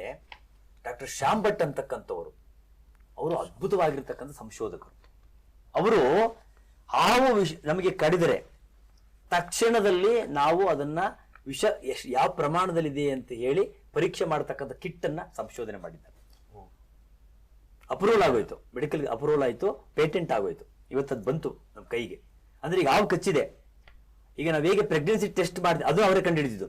ಡಾಕ್ಟರ್ ಶ್ಯಾಮ್ ಭಟ್ ಅವರೇ ಪ್ರೆಗ್ನೆನ್ಸಿ ಟೆಸ್ಟ್ ಕಿಟ್ ಅನ್ನ ಕೊಟ್ಟಿದ್ದು ಪ್ರಪಂಚಕ್ಕೆ, ಯಾರಿಗೂ ಗೊತ್ತಿಲ್ಲ. ಕಾಸರಗೋಡಿನ ಕನ್ನಡದ ಶ್ಯಾಮ್ ಭಟ್ ಅವರು, ಡಾಕ್ಟರ್ ಶ್ಯಾಮ್ ಭಟ್ ಅವರು ಈ ಪ್ರೆಗ್ನೆನ್ಸಿ ಟೆಸ್ಟ್ ಅನ್ನ ಕೊಟ್ರು, ಕಿಟ್ ಅನ್ನ ಕೊಟ್ರು. HIV ಪರೀಕ್ಷೆಗಳು, ನಮ್ಮ ಇದ್ರ ಬಗ್ಗೆ ಬೇರೆ ಬೇರೆ ಆಗಿರ್ತಕ್ಕಂಥ ಬೇರೆ ಬೇರೆ ಕಾಯಿಲೆಗಳಿಗೆ ಎಲ್ಲವೂ ಕೂಡ ಕಿಟ್ಗಳನ್ನು ಕೊಟ್ಟಿರ್ತಕ್ಕಂಥ ಸಂಶೋಧಕರು ಡಾಕ್ಟರ್ ಶ್ಯಾಮ್ ಭಟ್ ಅವರು ಮಾಡಿರುವ ಅತ್ಯಂತ ವಿಶೇಷವಾಗಿರ್ತಕ್ಕಂಥದ್ದು ಏನು ಅಂದ್ರೆ, ಹಾವು ಕಚ್ಚಿದ ಕ್ಷಣದಲ್ಲಿ ಒಂದು ತೊಟ್ಟು ರಕ್ತವನ್ನು ತೆಗೆದು ಆ ಕಿಟ್ ಮೇಲೆ ಹಾಕಿದ್ರೆ ಯಾವ ಪ್ರಮಾಣದಲ್ಲಿ ವಿಷ ಇದೆ ದೇಹದಲ್ಲಿ, ಏನ್ ಚಿಕಿತ್ಸೆ ತಗೋಬೇಕು, ಇದು ವಿಷವೋ ಹೌದೋ ಅಲ್ವೋ ಅಂತ ಹೇಳತ್ತಂತೆ. ಅಂತಹ ಅದ್ಭುತವಾದಂತಹ ಒಂದು ವಿಚಾರವನ್ನ, ಕ್ರಾಂತಿಕಾರಿ ವಿಚಾರವನ್ನ, ವೈಜ್ಞಾನಿಕ ಪ್ರಗತಿಯನ್ನು ಡಾಕ್ಟರ್ ಶ್ಯಾಮ್ ಭಟ್ ಅವರು ಸಮಾಜಕ್ಕೆ ಕೊಡುಗೆ ಕೊಟ್ಟಿದ್ದಾರೆ. ಅದು ಚಂಪಾಷಷ್ಠಿಯಲ್ಲಿ. ಇದಕ್ಕೇನ್ ಹೇಳ್ಬೇಕು ಈಗ? ಕಾಕತಾಳೀಯ ತಾನೆ. ಒಂದು ನಾವು ಸರ್ಪದ ಬಗ್ಗೆ ಮಾತನಾಡ್ತೀವಿ, ಒಂದು ಕಡೆ ಅದರಿಂದ ಸಂರಕ್ಷಣೆ ಪಡೆಯುವುದು ಹೇಗೆ ಅಂತ ಮನುಷ್ಯನೇ ಕಂಡುಕೊಂಡಿದ್ದಾರೆ. ವೈಜ್ಞಾನಿಕವಾಗಿಯೂ ಒಳ್ಳೆ ವೈಜ್ಞಾನಿಕವಾಗಿಯೂ ಕೂಡ ಒಂದು ಅದ್ಭುತವಾಗಿರ್ತಕ್ಕಂಥ ಸಾಧನೆ ಇವತ್ತು ನಮಗೆ ಇಲ್ಲಿ ಲಭ್ಯವಾಗಿದೆ. ಅದೆರಡರ ಒಂದು ಸಮಷ್ಟಿ ಇವತ್ತಿನ ವಿಶೇಷ ಅಂತ ಹೇಳ್ತಾ, ಯಾವ ಬೇರೆ ವಿಚಾರಗಳು ನಿಮ್ಮನ್ನು ಕಾಡ್ತಾ ಇದೆ ಪತ್ರಿಕೆಯಲ್ಲಿ ನಿಮಗೆ ಇವತ್ತು ನರಸಿಂಹಮೂರ್ತಿ? ಹೆಂಗೆ ಅಂತಂದ್ರೆ, ನಾನು ಮುಖ್ಯ ವರದಿಗಾರನಾಗಿ, ನಾನು ಪೊಲಿಟಿಕಲ್ ರಿಪೋರ್ಟರ್ ಆಗಿ ಅವನ್ನೆಲ್ಲ ಪತ್ರಿಕೆಯಲ್ಲಿ ಇದನ್ನ ನೋಡಿದಾಗ ಪ್ರತಿಯೊಂದು ಪತ್ರ ಅದು ಹೆಂಗಾಗ್ಬಿಟ್ಟಿದೆ ಅಂತಂದ್ರೆ, ಅದು ಸುಳ್ಳು ನಿಜವೋ ಏನ್ ನಡೀತದೋ ಏನು ಗೊತ್ತಿಲ್ಲ, ಊಹಾಪೋಹಗಳ ಆಗರ ರಾಜಕಾರಣ. ಅದೇ ಪತ್ರಿಕೆಗಳು ಮಾಧ್ಯಮಗಳು ಊಹಾಪೋಹಗಳಿಂದ ಬಿದ್ದಿರೋದು. ಡೆಫಿನೆಟ್ಲಿ. ಈಗ CM DCM ಬದಲಾವಣೆ ಬಗ್ಗೆ ಹೈಕಮಾಂಡ್ ಏನ್ ಹೇಳಿದೋ ಗೊತ್ತಿಲ್ಲ, ಖರ್ಗೆ ಅವ್ರು ಏನ್ ಹೇಳಿದಾರೋ, ರಾಹುಲ್ ಗಾಂಧಿ ಏನ್ ಹೇಳಿದಾರೋ, ಖರ್ಗೆ ಅವ್ರಿಗೆ ಈ ಗ್ಯಾಂಗ್ ಭೇಟಿಯಾಗಿ ಅಲ್ಲಿ ಏನು ವರದಿ ಒಪ್ಪಿಸಿದೆಯೋ ಅವ್ರು ಏನ್ ಹೇಳಿದಾರೋ, ಒಂದೊಂದು ಸ್ಪಷ್ಟವಾದ ಇದು ಇಲ್ಲ. ಆದ್ರೆ ನಾವು ಎಲ್ಲ ನಮ್ಮನ್ನ ಹಿಡ್ಕೊಂಡು ಎಲ್ಲರೂ ಏನ್ ಮಾಡ್ತೀವಿ, ಅದಕ್ಕೊಂದು ಕತೆ ಬಿಡ್ತಾರೆ, ಹೀಗೆ ಇರಬಹುದೇನೋ ಊಹೆಗಳು. ಊಹೆಗಳು ಹೆಂಗಾಗ್ಬಿಟ್ಟಿದೆ ಅಂತಂದ್ರೆ, ಇತ್ತೀಚಿನ ದಿನದಲ್ಲಿ ನಾ ಏನು ಟೀಕೆ ಟಿಪ್ಪಣಿಗಳು ಅಂತಲ್ಲ, ಪರಿಸ್ಥಿತಿನೇ ಹಾಗೆ ಹೋಗ್ಬಿಟ್ಟಿದೆ ಮಾಧ್ಯಮದ್ದು. ಅದು ಇರೋದು ಏನಿರುತ್ತೋ ಏನಿಲ್ಲೋ ಗೊತ್ತಿಲ್ಲ, ನಾವು ಬರೀದು ಮಾತ್ರ ಹಂಗೆ ಬಿಡ್ಬಿಡ್ತೀವಿ. ಇವತ್ತು ವ್ಯಂಗ್ಯ ಚಿತ್ರ ಬಂದಿತ್ತು ನಿಮ್ಮ ಮಾತೆ ಪೂರಕವಾಗಿ, ಅದು ಎಷ್ಟು ಚೆನ್ನಾಗಿದೆ. ಎಲ್ಲ ಓದ್ದೆ ಈಗ, ಎಷ್ಟು ಓದ್ದೆ, ತುಂಬಾ ಅದ್ಭುತವಾದ ವ್ಯಂಗ್ಯ ಚಿತ್ರ ಕೊಟ್ಟಿದ್ದಾರೆ. ಈಗ ನಮ್ಮಲ್ಲಿ ಬೇರೆ ಬೇರೆ ಬಣಗಳಿದೆಯಲ್ಲ, ಆ ಬಣ ಈ ಬಣ ಅಂತ ಏನೋ ಇದೆಯಲ್ಲ, ಯಾರು ಸಮರ್ಥರು ಯಾರು ಅಸಮರ್ಥರು? ಯಾರು ಅಸಮರ್ಥರಲ್ಲ. ಯಾರಾದ್ರೂ ವೀಕ್ ಅಂತ ಇದ್ರೆ ಅದು ಹೈಕಮಾಂಡ್ ಅಂತ ಹಾಕಿದೆ ಮೂರೇ ಸಾಲಲ್ಲಿ. ಯಾರಪ್ಪ ವೀಕ್ ಅಂತಂದ್ರೆ ಹೈಕಮಾಂಡ್ ಅಲ್ವೇ. ಇಡೀ ಗೊಂದಲಮಯಕ ಕರ್ನಾಟಕವನ್ನು ನೂಕ್ಬಿಟ್ಟು ಹೈಕಮಾಂಡ್ ಅಂತವ್ರು ಸುಮ್ಮನೆ ತೆಪ್ಪ ಕೂತಿದ್ರು. ಏನ್ ಅರ್ಥ ಅದು? ಹೌದು ಸರ್, ಎಲ್ಲ 6 ಕೋಟಿ ಕನ್ನಡಿಗರ ಭವಿಷ್ಯ ಅಲ್ವೇ ಇದು? ನೀವು ಹೇಳ್ಬೇಕು ಸ್ಪಷ್ಟವಾಗಿ. ಇಲ್ಲ ಇದಿದೆ, ಏನ್ ಇದು ನಡೀತಿದೆ ರಾಜಕೀಯದಲ್ಲಿ ಅಂದ್ರೆ ಮತದಾರರ ಮೂರ್ಖರು. ಯಾಕೆ ಮತದಾರ ಮೂರ್ಖರನ್ನಾಗಿ ಮಾಡ್ಬೇಕು ಸರ್? ನಮ್ದು ಸಂಸ್ಕೃತಿ ಹೆಂಗಾಗಿದೆ ಅಂತಂದ್ರೆ, ಬಹಳಷ್ಟು ಸಂದರ್ಭದಲ್ಲಿ ನಿಮಗೂ ಗೊತ್ತಿದೆ, ಎಲ್ಲರಿಗೂ ಗೊತ್ತಿದೆ, ಈ ಪ್ರಾದೇಶಿಕ ಪಕ್ಷಗಳು ಬಲಗೊಳ್ಬೇಕು ಅಂತ ಹೇಳಿ ನಾವು ಹಗಲೆಲ್ಲ ಮಾತಾಡ್ತೀವಿ. ಪ್ರತಿಯೊಬ್ಬರು ಮನೋಭಾವನೆ ಇರೋದು, ಪ್ರಾದೇಶಿಕ ಪಕ್ಷಗಳು ಆಡಳಿತ ನಡೆಸಿದ್ವು ಅಂದ್ರೆ ಅಭಿವೃದ್ಧಿ ಸಾಧ್ಯ ಅಂತ ಒಂದು ಕಲ್ಪನೆ ಇದೆ. ಈಗ ನಮ್ಮ ರಾಜಕಾರಣ ಹೇಗಾಗ್ಬಿಟ್ಟಿದೆ ಅಂತಂದ್ರೆ, ರಾಷ್ಟ್ರೀಯ ಪಕ್ಷಗಳು ಆಳ್ತಾ ಇದ್ದಾವೆ ಅಥವಾ ರಾಷ್ಟ್ರೀಯ ಪಕ್ಷಗಳು ಬಲಾಢ್ಯ ಇವೆ. ರಾಷ್ಟ್ರೀಯ ಪಕ್ಷಗಳಿಗೆ ಹೈಕಮಾಂಡು ಇದ್ದೇ ಇರ್ತದೆ. ಹೈಕಮಾಂಡ್ಗಳು ಯಾವತ್ತೂ ಹೆಂಗಿರ್ತಾವ ಅಂತಂದ್ರೆ, ಬೇಗ ಡಿಸಿಷನ್ ತಗೊಳ್ಳೋದಿಲ್ಲ. ಫುಲ್ಲು ಇದಾಗಬೇಕು, ಅಲ್ಲಿ ಸಮಸ್ಯೆ ಆಗ್ಬೇಕು, ಬೆಂಕಿ ಹತ್ತಿ ಉರಿಬೇಕು, ಗದ್ದಲ ಆಗ್ಬೇಕು, ಗೊಂದಲಗಳಾಗಬೇಕು, ತಲೆ ಕೆಡಿಸ್ಬೇಕು. ಅವಾಗ ಹೈಕಮಾಂಡ್ ಮಧ್ಯಪ್ರದೇಶದ ಎಸ್ಪೆಷಲಿ ಸದ್ಯದ ಸಂದರ್ಭದಲ್ಲಿ ಕಾಂಗ್ರೆಸ್ ಹೈಕಮಾಂಡು ಯಾಕೆ ಮುಂದೆ ಬರ್ತಾ ಇಲ್ಲ ಅಂತಂದ್ರೆ, ಇಡೀ ದೇಶದ ಚಿತ್ರಣ ನೋಡ್ಕೊಂಡು ಬಂದಾಗ, ರಾಜಕೀಯದ ಅಂಗಳ ನೋಡ್ಕೊಂಡು ಬಂದಾಗ ಕಾಂಗ್ರೆಸ್ ಇಲ್ವೇ ಇಲ್ಲ. ದಕ್ಷಿಣದಲ್ಲಿ ಕಾಂಗ್ರೆಸ್, ಕರ್ನಾಟಕದಲ್ಲಿ ಪ್ರಬಲ. ಒಂದು ವೇಳೆ ಸದ್ಯದ ಸಂದರ್ಭದಲ್ಲಿ ಇವ್ರನ್ನ ಬಿಟ್ಟು ಅವ್ರಿಗೆ ನಾವು CM ಗಿರಿ ಕೊಟ್ಟಿವಿ ಅಂತಂದ್ರೆ, ಅಂದ್ರೆ ನಾನು ಹೇಳ್ತಿರೋದು ಹೈಕಮಾಂಡ್ ನಿರ್ಧಾರ ತಗೊಳಕ್ಕೂ ಕೂಡ ಶಕ್ತಿ ಇಲ್ಲ. ಮತ್ತೇನ್ ಹೈಕಮಾಂಡ್ ಅಂತ ಹೇಳ್ತೀವಿ? ಹೈಕಮಾಂಡ್ ಅಂತಂದ್ರೆ ನಿಖರವಾಗಿರ್ಬೇಕು, ಸ್ಪಷ್ಟವಾಗಿರ್ಬೇಕು, ಧೈರ್ಯ ಇರ್ಬೇಕು, ದಿಟ್ಟತನ ಇರ್ಬೇಕು ಅಲ್ವೇ ಸರ್? ನಾನು ಹೇಳ್ತೇನೆ, ನಾನು ಪಕ್ಷದ ಬಗ್ಗೆ ಮಾತಾಡ್ತಿಲ್ಲ, ಆ ಪದದ ಬಗ್ಗೆ ಮಾತಾಡ್ತೇನೆ. ಹೈಕಮಾಂಡ್, ಈಗ ನಾವು ಬಿಗ್ ಬಾಸ್ ಅಂತ ಕೇಳ್ತೀವಿ, ಬಿಗ್ ಬಾಸ್ ಆ ಧ್ವನಿಯಲ್ಲೇ ಏನೋ ಒಂದು ಇರ್ಬೇಕು ಅಂತ, ಮಾರ್ಮಿಕತೆ ಇರ್ಬೇಕು, ಹಿಡಿತ ಇರ್ಬೇಕು ಅಂತ. ಒಂದು ಹಿಡಿತವೇ ಇಲ್ಲ, ನಿರ್ಧಾರ ಅದ್ ಏನಾದ್ರೂ ಎದುರಿಸ್ತೀನಿ ಅಂತಕ್ಕಂಥ ಶಕ್ತಿ ಸಾಮರ್ಥ್ಯಕ್ಕೆ ಹೈಕಮಾಂಡ್ ಅಂತ ನಾವ್ ಹೇಳ್ತೀವಿ. ಭಗವಂತರೊಬ್ಬನೇ ಹೈಕಮಾಂಡ್ ನಾವ್ ಹೇಳುದು. ಎಲ್ಲವನ್ನೂ ಸೂತ್ರಧಾರನಾಗಿ ನಿರ್ವಹಿಸ್ತಕ್ಕಂಥ ಶಕ್ತಿ ಯಾರಿಗಾರು ಇದ್ರೆ, ಯಾರೊಬ್ಬ ಸೂತ್ರಧಾರ ಇದ್ದಾನೆ, ಅವನು ಹೈಕಮಾಂಡ್ ಅಪ್ಪ ಅಂತ ಹೇಳ್ತೀವಿ. ನಾಳೆ ಏನಾಗತ್ತೋ ಗೊತ್ತಿಲ್ಲ, ಮುಂದಿನ ಕ್ಷಣ ಏನಾಗತ್ತೋ ಗೊತ್ತಿಲ್ಲ. ಇಲ್ಲಿ ಇನ್ನೊಂದು ವಿಶೇಷ, ಈಗ ದೇಶದಲ್ಲಿ ಒಂದು ಪ್ರಾದೇಶಿಕ ಪಕ್ಷಗಳಿಗೂ ನರಸಿಂಹರು ಹೇಳದಾಗೆ ಶಕ್ತಿ ಇರಬೇಕು, ಅದಕ್ಕೂ ಪ್ರಾಬಲ್ಯ ಇರಬೇಕು ಅಂತಾರೆ. ಯಾಕೆ ಕೆಲವು ಸರಿ ಅಪಸವ್ಯಗಳಾಗುತ್ತೆ ಅಂದರೆ, ಬಹುತೇಕ ಪ್ರಾದೇಶಿಕ ಪಕ್ಷಗಳು ಒಂದೇ ನಿರ್ದಿಷ್ಟ ಕುಟುಂಬದ ನಿಯಂತ್ರಣದಲ್ಲಿವೆ. ಆ ಕುಟುಂಬ ಬಿಟ್ಟು ಹೊರಗಡೆ ಇಲ್ಲ. ಈಗ ಏನು BRS ಇರ್ಬೋದು, JDS ಇರ್ಬೋದು, ಅಲ್ಲಿ BSP ಇರ್ಬೋದು, SP ಇರ್ಬೋದು, ನಿರ್ದಿಷ್ಟ ಈ ಕುಟುಂಬಗಳ ನಿಯಂತ್ರಣದಲ್ಲೇ ಇದೆ, ಬೇರೆಯವ್ರಿಗೆ ಅವಕಾಶ ಸಿಕ್ಕಿಲ್ಲ. ಈ ಕಾರಣದಿಂದ ಏನಾಗಿದೆ, ಎಲ್ಲೋ ಕೆಲವೊಮ್ಮೆ ಆರಂಭದಲ್ಲಿ ಪ್ರಾದೇಶಿಕ ಪಕ್ಷಗಳ ಬಗ್ಗೆ ಒಲವು ತೋರ್ಬೋದು, ಆದರೆ ಕೆಲವು ರಾಷ್ಟ್ರೀಯ ಪಕ್ಷಗಳಿಗೆ ಯಾಕೆ ಬರ್ತಾರೆ ಅಂದರೆ, ಕುಟುಂಬ ರಾಜಕಾರಣ ಹೆಚ್ಚಾಗಿರೋದ್ರಿಂದ. ಈ ಬಹುಶಃ ರಾಷ್ಟ್ರೀಯ ಪಕ್ಷದಲ್ಲೂ ಕೂಡ ಕುಟುಂಬ ರಾಜಕಾರಣವೋ ಇದು ಜಾಸ್ತಿ ಆಗಿದೆ. ಎರಡನೇದು ನೀವು ಹೇಳಿದಾಗೆ ಹೈಕಮಾಂಡ್ ಆಕ್ಚುಲಿ BJP ಇರ್ಬೋದು, ಕಾಂಗ್ರೆಸ್ ಇರ್ಬೋದು, ಎರಡೂ ರಾಷ್ಟ್ರ ಮಟ್ಟದಲ್ಲಿ ಎಷ್ಟೋ ಬಾರಿ ವಿಫಲ ಆಗಿವೆ. ಈಗ ಈ ರಾಜ್ಯದಲ್ಲಿ ಹಿಂದೆ BJP ಸರ್ಕಾರ ಇದ್ದಾಗ ಸಾಕಷ್ಟು ಗೊಂದಲ ಆಗ್ತಾ ಇತ್ತು. ಆಗ ತಕ್ಷಣ ಮಧ್ಯಪ್ರವೇಶ ಮಾಡಿ ಪರಿಸ್ಥಿತಿ ತಿಳಿಗೊಳಿಸೋಕೆ ಯಾರೂ ಪ್ರಯತ್ನ ಮಾಡಲಿಲ್ಲ. ಹಾಗೆ ಬೆಳೀತಾ ಕೊನೆಗೆ ಸರ್ಕಾರ ಕೆಟ್ಟ ಹೆಸರು ತಗೊಳ್ತು. ಈ ಕಾಂಗ್ರೆಸ್ ಕೂಡ ಇದೇ ಥರ ಆಗ್ತಾ ಇದೆ. ಈಗ ಹೈಕಮಾಂಡ್ ಗಟ್ಟಿಯಾಗಿದ್ರೆ ಕರೆಕ್ಟಾಗಿ ಅದು ಖಡಕ್ಕಾಗಿ ಯಾವುದೇ ಕಾರಣಕ್ಕೂ ನೀವು ಈಗ ಲಕ್ಷ್ಮಣಗೆರೆ ದಾಟಬಾರ್ದು, ಪಕ್ಷದ ಶಿಸ್ತು ಪಾಲಿಸ್ಬೇಕು ಅಂತ ಸ್ಟ್ರಿಕ್ಟ್ ಆಗಿ ಹೇಳಿದ್ರೆ ಖಂಡಿತ ಇಂಥ ಇದು ಆಗ್ತಿಲ್ಲ. ಈಗೇನಾಗಿದೆ, ನನಗೆ ಏನ್ ಕಾಡುತ್ತೆ ನರಸಿಂಹಮೂರ್ತಿ ಅವರಂದ್ರೆ, ಇದು ರಾಜಕೀಯ ಅವರವರ ಪಕ್ಷದ ಸಿದ್ಧಾಂತಗಳು, ತತ್ವಗಳು, ಏನಾದ್ರು ಇದು ನಿರ್ಧಾರಗಳು ಏನ್ ಬೇಕಾದ್ರೆ ಇರಲಿ, ಜನಗಳಿಗೆ ಯಾಕೆ ಗೊಂದಲ ಮಾಡ್ಬೇಕು? ದಿನ ನಾಟಕ ನೋಡಿ ನೋಡಿ ನೋಡಿ ನೋಡಿ ನೋಡಿ ಜನಗಳು ತಲೆ ಕೆಟ್ಟೋಗ್ತಿಲ್ವೇ, ಬೇಸತ್ತಿಲ್ವೇ? ಇದೇನೇ ಬೆಳಗ್ಗೆ ಎದ್ಕೊಳ್ಳಿ ಯಾವ್ದಾದ್ರು ಒಂದು ಹೊಸ ಸುದ್ದಿ ನೋಡೋಣ, ಹೊಸ ವಿಚಾರ ನೋಡೋಣ ಅಂದ್ರೆ ಏನಿದೆ ಈ ನಾಟಕ? ಬಹುಶಃ ನಾಟಕರದ ನಾವು ಈ ರೀತಿಯ ನಾಟಕ ಮಾಡ್ಲಿಕ್ಕೆ ಸಾಧ್ಯವೇ ಇಲ್ವೇನು? ಅಷ್ಟ್ರ ಮಟ್ಟಿಗೆ ನಾಟಕ. ಹೈಕಮಾಂಡ್ಗೊಂದು ನಿರ್ಧಾರ ಮಾಡಕ್ ಶಕ್ತಿ ಇಲ್ವೇ? ಮಾತಾಡ್ಬೇಡಿ ನೀವು, ನಿರ್ಧಾರ ನಮ್ಮದು ಅಂತ ಹೇಳಿದ್ರು ಕೂಡ ಮಾತಾಡ್ತಿದ್ದಾರಲ್ಲ, ನಿರಂತರವಾಗಿ ಬರ್ತಾ ಇದೆ. ಮತದಾರರಿಗೆ ನಾನು ನಿನ್ ಕೇಳ್ಬೇಕು ಅಂತಿದ್ದೆ, ಯುವಕರಿಗೆ ರಾಜಕೀಯ ಇದು ಇಂಥ ವಿಚಾರಗಳಿಂದ ಬೇಸತ್ತು ಹೋಗಿಲ್ವಾ ಯುವಕರು? ಹೌದು ಸರ್, ಯಾಕಂದ್ರೆ ನಾವು ಮತದಾರರು ಆಯ್ತಾ, ನಮಗೆ ವಿಷಯಗಳು ಏನೇನ್ ನಡೀತಿದೆ ಸರ್ಕಾರದಲ್ಲಿ ಅನ್ನೋದು ಗೊತ್ತಾಗ್ಬೇಕು, ಅದು ನಮ್ಮ ಹಕ್ಕು. ಇವ್ರು ಅದು ನಮ್ಗೆ ಯಾರಿಗೂ ಗೊತ್ತಿಲ್ದೇನೆ ರಹಸ್ಯವಾಗಿ ಇವರು ತಮ್ಮಲ್ಲೇ ಮಾತಾಡ್ಕೋತಿದಾರೆ ಅಂದ್ರೆ ನಾವ್ ಹೇಗ್ ಸ್ಟ್ಯಾಂಡ್ ತಗೊಳಕಾಗುತ್ತೆ? ನಾವ್ ಹೇಗ್ ಇದ್ರ ಬಗ್ಗೆ ಎಲ್ಲ ತಿಳ್ಕೊಳಕಾಗುತ್ತೆ? ಯುವ ಜನತೆಗೆ ತಿಳ್ಕೊಳ್ಳುವಂತ ಅವ್ರಿಗೆ ಇದೆ ಭಾವ, ಅವ್ರಿಗೆ ತಿಳ್ಕೊಬೇಕು ಅನ್ನೋದು. ಹಾಗಾಗಿ ಗುಟ್ಟು ರಹಸ್ಯದಿಂದ ಮಾಡೋದೆಲ್ಲ ಸರಿ ಅಲ್ಲ. ಈ ತರದ ಗೊಂದಲಗಳಿದೆಯಲ್ಲ, ಅದರಿಂದ ಯುವಕರಿಗೆ ತಲೆ ಕೆಟ್ಟೋಗಿಲ್ವಾ? ನಿಮ್ಗೆ ಅದ್ ಬೇಕಾ ಈ ವಿಚಾರಗಳೆಲ್ಲವೂ? ಇಲ್ಲ ಸರ್, ಅಂದ್ರೆ ಅದೇ ಹೇಳ್ತಿರೋದು, ಇದ್ರ ಅವಶ್ಯಕತೆ ಇದೆ, ತಿಳ್ಕೊಬೇಕು ಅನ್ನೋದು. ನಾವು ತಿಳ್ಸೇ ಕೊಡ್ತಿಲ್ಲ ಅಂದ್ಮೇಲೆ ಇದೆಲ್ಲ ಗೊಂದಲಾನೇ ಅಲ್ವಾ ಸರ್? ಅಷ್ಟೇ. ಸರ್, ನೀವು ಹೇಳಿದ್ರಿ ಯುವಕರು ಇವ್ರಿಗೆಲ್ಲ ಬೇಕಾ ಏನು ಅಂತ ಹೇಳಿ. ನೀವು ನೋಡ್ಕೋತಾ ಬರ್ರಿ, ಒಂದೊಂದು ಪಕ್ಷಗಳು ತಂದೊಂದು ವಿಂಗ್ ಮಾಡ್ಕೋತಾವೆ. ಕಮ್ಯುನಿಸಂ ಅಂತ ಬಂದಾಗ SFI ಇರ್ತದೆ, ಕಾಂಗ್ರೆಸ್ ಅಂತ ಬಂದಾಗ NSY ಇರ್ತದೆ, BJP ಬಂದಾಗ ABP ಅಂತ. ಯಾವ ಪಕ್ಷಗಳು ಪ್ರಬಲ ಆಗಿ ರಾಷ್ಟ್ರ ಮತ್ತು ರಾಜ್ಯನ ಆಳ್ತಿರ್ತಾವೋ ಆ ವಿದ್ಯಾರ್ಥಿ ಸಂಘಟನೆಗಳು ಅದ್ರ ಮೂಲ ಬೇಸು. ನಮ್ಮ ನಾಯಕರು ಅಲ್ಲಿಂದ ಬಂದಾರಲ್ವ, ಈಗ DK ಶಿವಕುಮಾರ್ ಅಂತ ವಿದ್ಯಾರ್ಥಿ ಸಂಘಟನೆ DK ಶಿವಕುಮಾರ್, BJP ಬಂದ್ರ ಪ್ರತಿಯೊಬ್ರು ABP, ಪ್ರತಿಯೊಬ್ಬರು ಕೂಡ ವಿಜಯೇಂದ್ರ ಅವರು ಎಲ್ಲರೂ ಕೂಡ ಅಲ್ಲಿಂದಲೇ ಬಂದವರು, ABP ಇದರಿಂದ ಬಂದ. ಹಂಗೆ ರಾಜಕೀಯದ ಹೆಂಗ ಬಳಸ್ಕೊಳ್ತಾರ ವಿದ್ಯಾರ್ಥಿಗಳನ್ನ ಅಂತಂದ್ರೆ ಒಂದು ಸ್ಟೂಡೆಂಟ್ ವಿಂಗ್ ಮಾಡಿಬಿಟ್ಬಿಡ್ತಾರೆ. ಸಾಮಾನ್ಯವಾಗಿ ಪ್ರತಿಯೊಬ್ಬ ಕಾಲೇಜು ವಿದ್ಯಾರ್ಥಿಗಳ ಮನೋಭಾವ ಹೇಗಿರ್ತದೆ ಅಂತಂದ್ರೆ, ನಾನು ಲೀಡರ್ ಆಗ್ಬೇಕು, ನಾನು ರಾಜಕೀಯವಾಗಿ ಬೆಳಿಬೇಕು, ನಾನು ಬಂದ್ ಕೂಡ ಎಲ್ಲರೂ ಹಲೋ ಹಲೋ ಅನ್ಬೇಕು. ಒಳಗೇನು ನನಗೆ ನೆನಪು ಬರ್ತಿದೆ, ನಾವು ಗ್ಯಾಸ್ ಕಾಲೇಜಲ್ಲಿ ಓದಿದ್ದು. ಆಗ ಎಲೆಕ್ಷನ್ ಅಂದ್ರೆ ಏನ್ ಸರ್, ಆಗಿನ ಕಾಲದ ಎಲೆಕ್ಷನ್, ಸ್ಟೂಡೆಂಟ್ಸ್ ಎಲೆಕ್ಷನ್ ಅಂತಂದ್ರೆ ಯಾವ ರಾಜಕೀಯ ಪಕ್ಷದ ಎಲೆಕ್ಷನ್ಗೂ ಕಡಿಮೆ ಇಲ್ಲ, ಜಿದ್ದಿ ಎಲೆಕ್ಷನ್. ಅಷ್ಟ್ರ ಮಟ್ಟಿಗೆ ನನಗೆ ಈಗ ಅರ್ಥ ಆಗ್ತಿದೆ ರಾಜಕೀಯ ಪಕ್ಷಗಳ ಹಿಡಿತ ಪ್ರಭಾವ ಎಷ್ಟು ಮಟ್ಟಿಗೆ ಇತ್ತು ಅಂತ. ಮುಂದುವರಿಸಿ ಸರ್. ಒಂದ್ ಎಕ್ಸಾಂಪಲ್ ಹೇಳ್ಬೇಕಂದ್ರೆ, ಅಸೋಮ್ ಪ್ರಫುಲ್ಲ ಕುಮಾರ್ ಮಹಂತ ದೇಶದ ಯಂಗೆಸ್ಟ್ CM ಅವರು. 26 ವರ್ಷಕ್ಕೆ CM ಆಗ್ಬಿಟ್ರು ಅವರು. ಅಸ್ಸಾಂ ಗಣ ಪರಿಷತ್ ಅಂದ್ರೆ ವಿದ್ಯಾರ್ಥಿ ಪರಿಷತ್ಲಿಂದ ಬಂದವರು ಅವರೆಲ್ಲ. ಅವಾಗ ವಿದ್ಯಾರ್ಥಿಗಳನ್ನ ಬಳಸ್ಕೋತಿದ್ರು, ಅವರು ಕೂಡ ಇಂಟೆಲಿಜೆಂಟ್ ಇದ್ರು, ಒಂದು ರಾಜಕಾರಣದ ಒಂದು ಅದ್ಭುತ ಕಲ್ಪನೆ ಇತ್ತು, ಬರ್ತಿದ್ರು. ಇತ್ತೀಚಿನ ದಿನಗಳಲ್ಲಿ ಇದು ಹೋಗ್ಬಿಟ್ಟಿದೆ. ರಾಜಕೀಯ ಪಕ್ಷಗಳು ವಿದ್ಯಾರ್ಥಿಗಳನ್ನ, ಯುವಕರನ್ನ ಬಳಸ್ಕೊಳ್ಳುವಂತ. ನನ್ಗೊಂದು ಪ್ರಶ್ನೆ ಇದೆ ನರಸಿಂಹಮೂರ್ತಿ, ನೀವು ಅದು ಕರೆಕ್ಟ್ ಆಗಿ ಉತ್ತರ ಹೇಳ್ಬೇಕು. ಪಕ್ಷಗಳವರಿಗೆ ಈ ತರದ್ ಅನ್ಸಲ್ವೇ, ನಾವು ತಪ್ಪು ಮಾಡ್ತಾ ಇದ್ದೀವಿ, ಜನಗಳು ನಮ್ಮ ಬಗ್ಗೆ ತಪ್ಪು ಅಭಿಪ್ರಾಯ ಬರಬಹುದು, ನಾವು ಗೆದ್ದು ಬಂದಿದ್ದೀವಿ, ನಮಗೆ ಜವಾಬ್ದಾರಿ ಇದೆ, ನಾವು ಮುತುವರ್ಜಿ ನಡ್ಸ್ಕೊಳ್ಬೇಕು, ಎಲ್ಲೋ ಒಂದ್ ಕಡೆ ನಾವು ಜವಾಬ್ದಾರಿಯನ್ನು ಮರೆತು ಈ ರೀತಿಯಾಗಿ ನಾವು ನಗೆಪಾಟ್ಲಾಗ್ತಿದ್ದೀವಿ, ಒಂದು ಶಿಸ್ತಿನಿಂದ ನಡ್ಕೊಳ್ಳೋಣ, ಈ ತರದ್ ಅನ್ಸೋದಿಲ್ವ ಪಕ್ಷಕ್ಕೆ? ಅನ್ಸೋದೇ ಇಲ್ಲ ಅವ್ರಿಗೆ.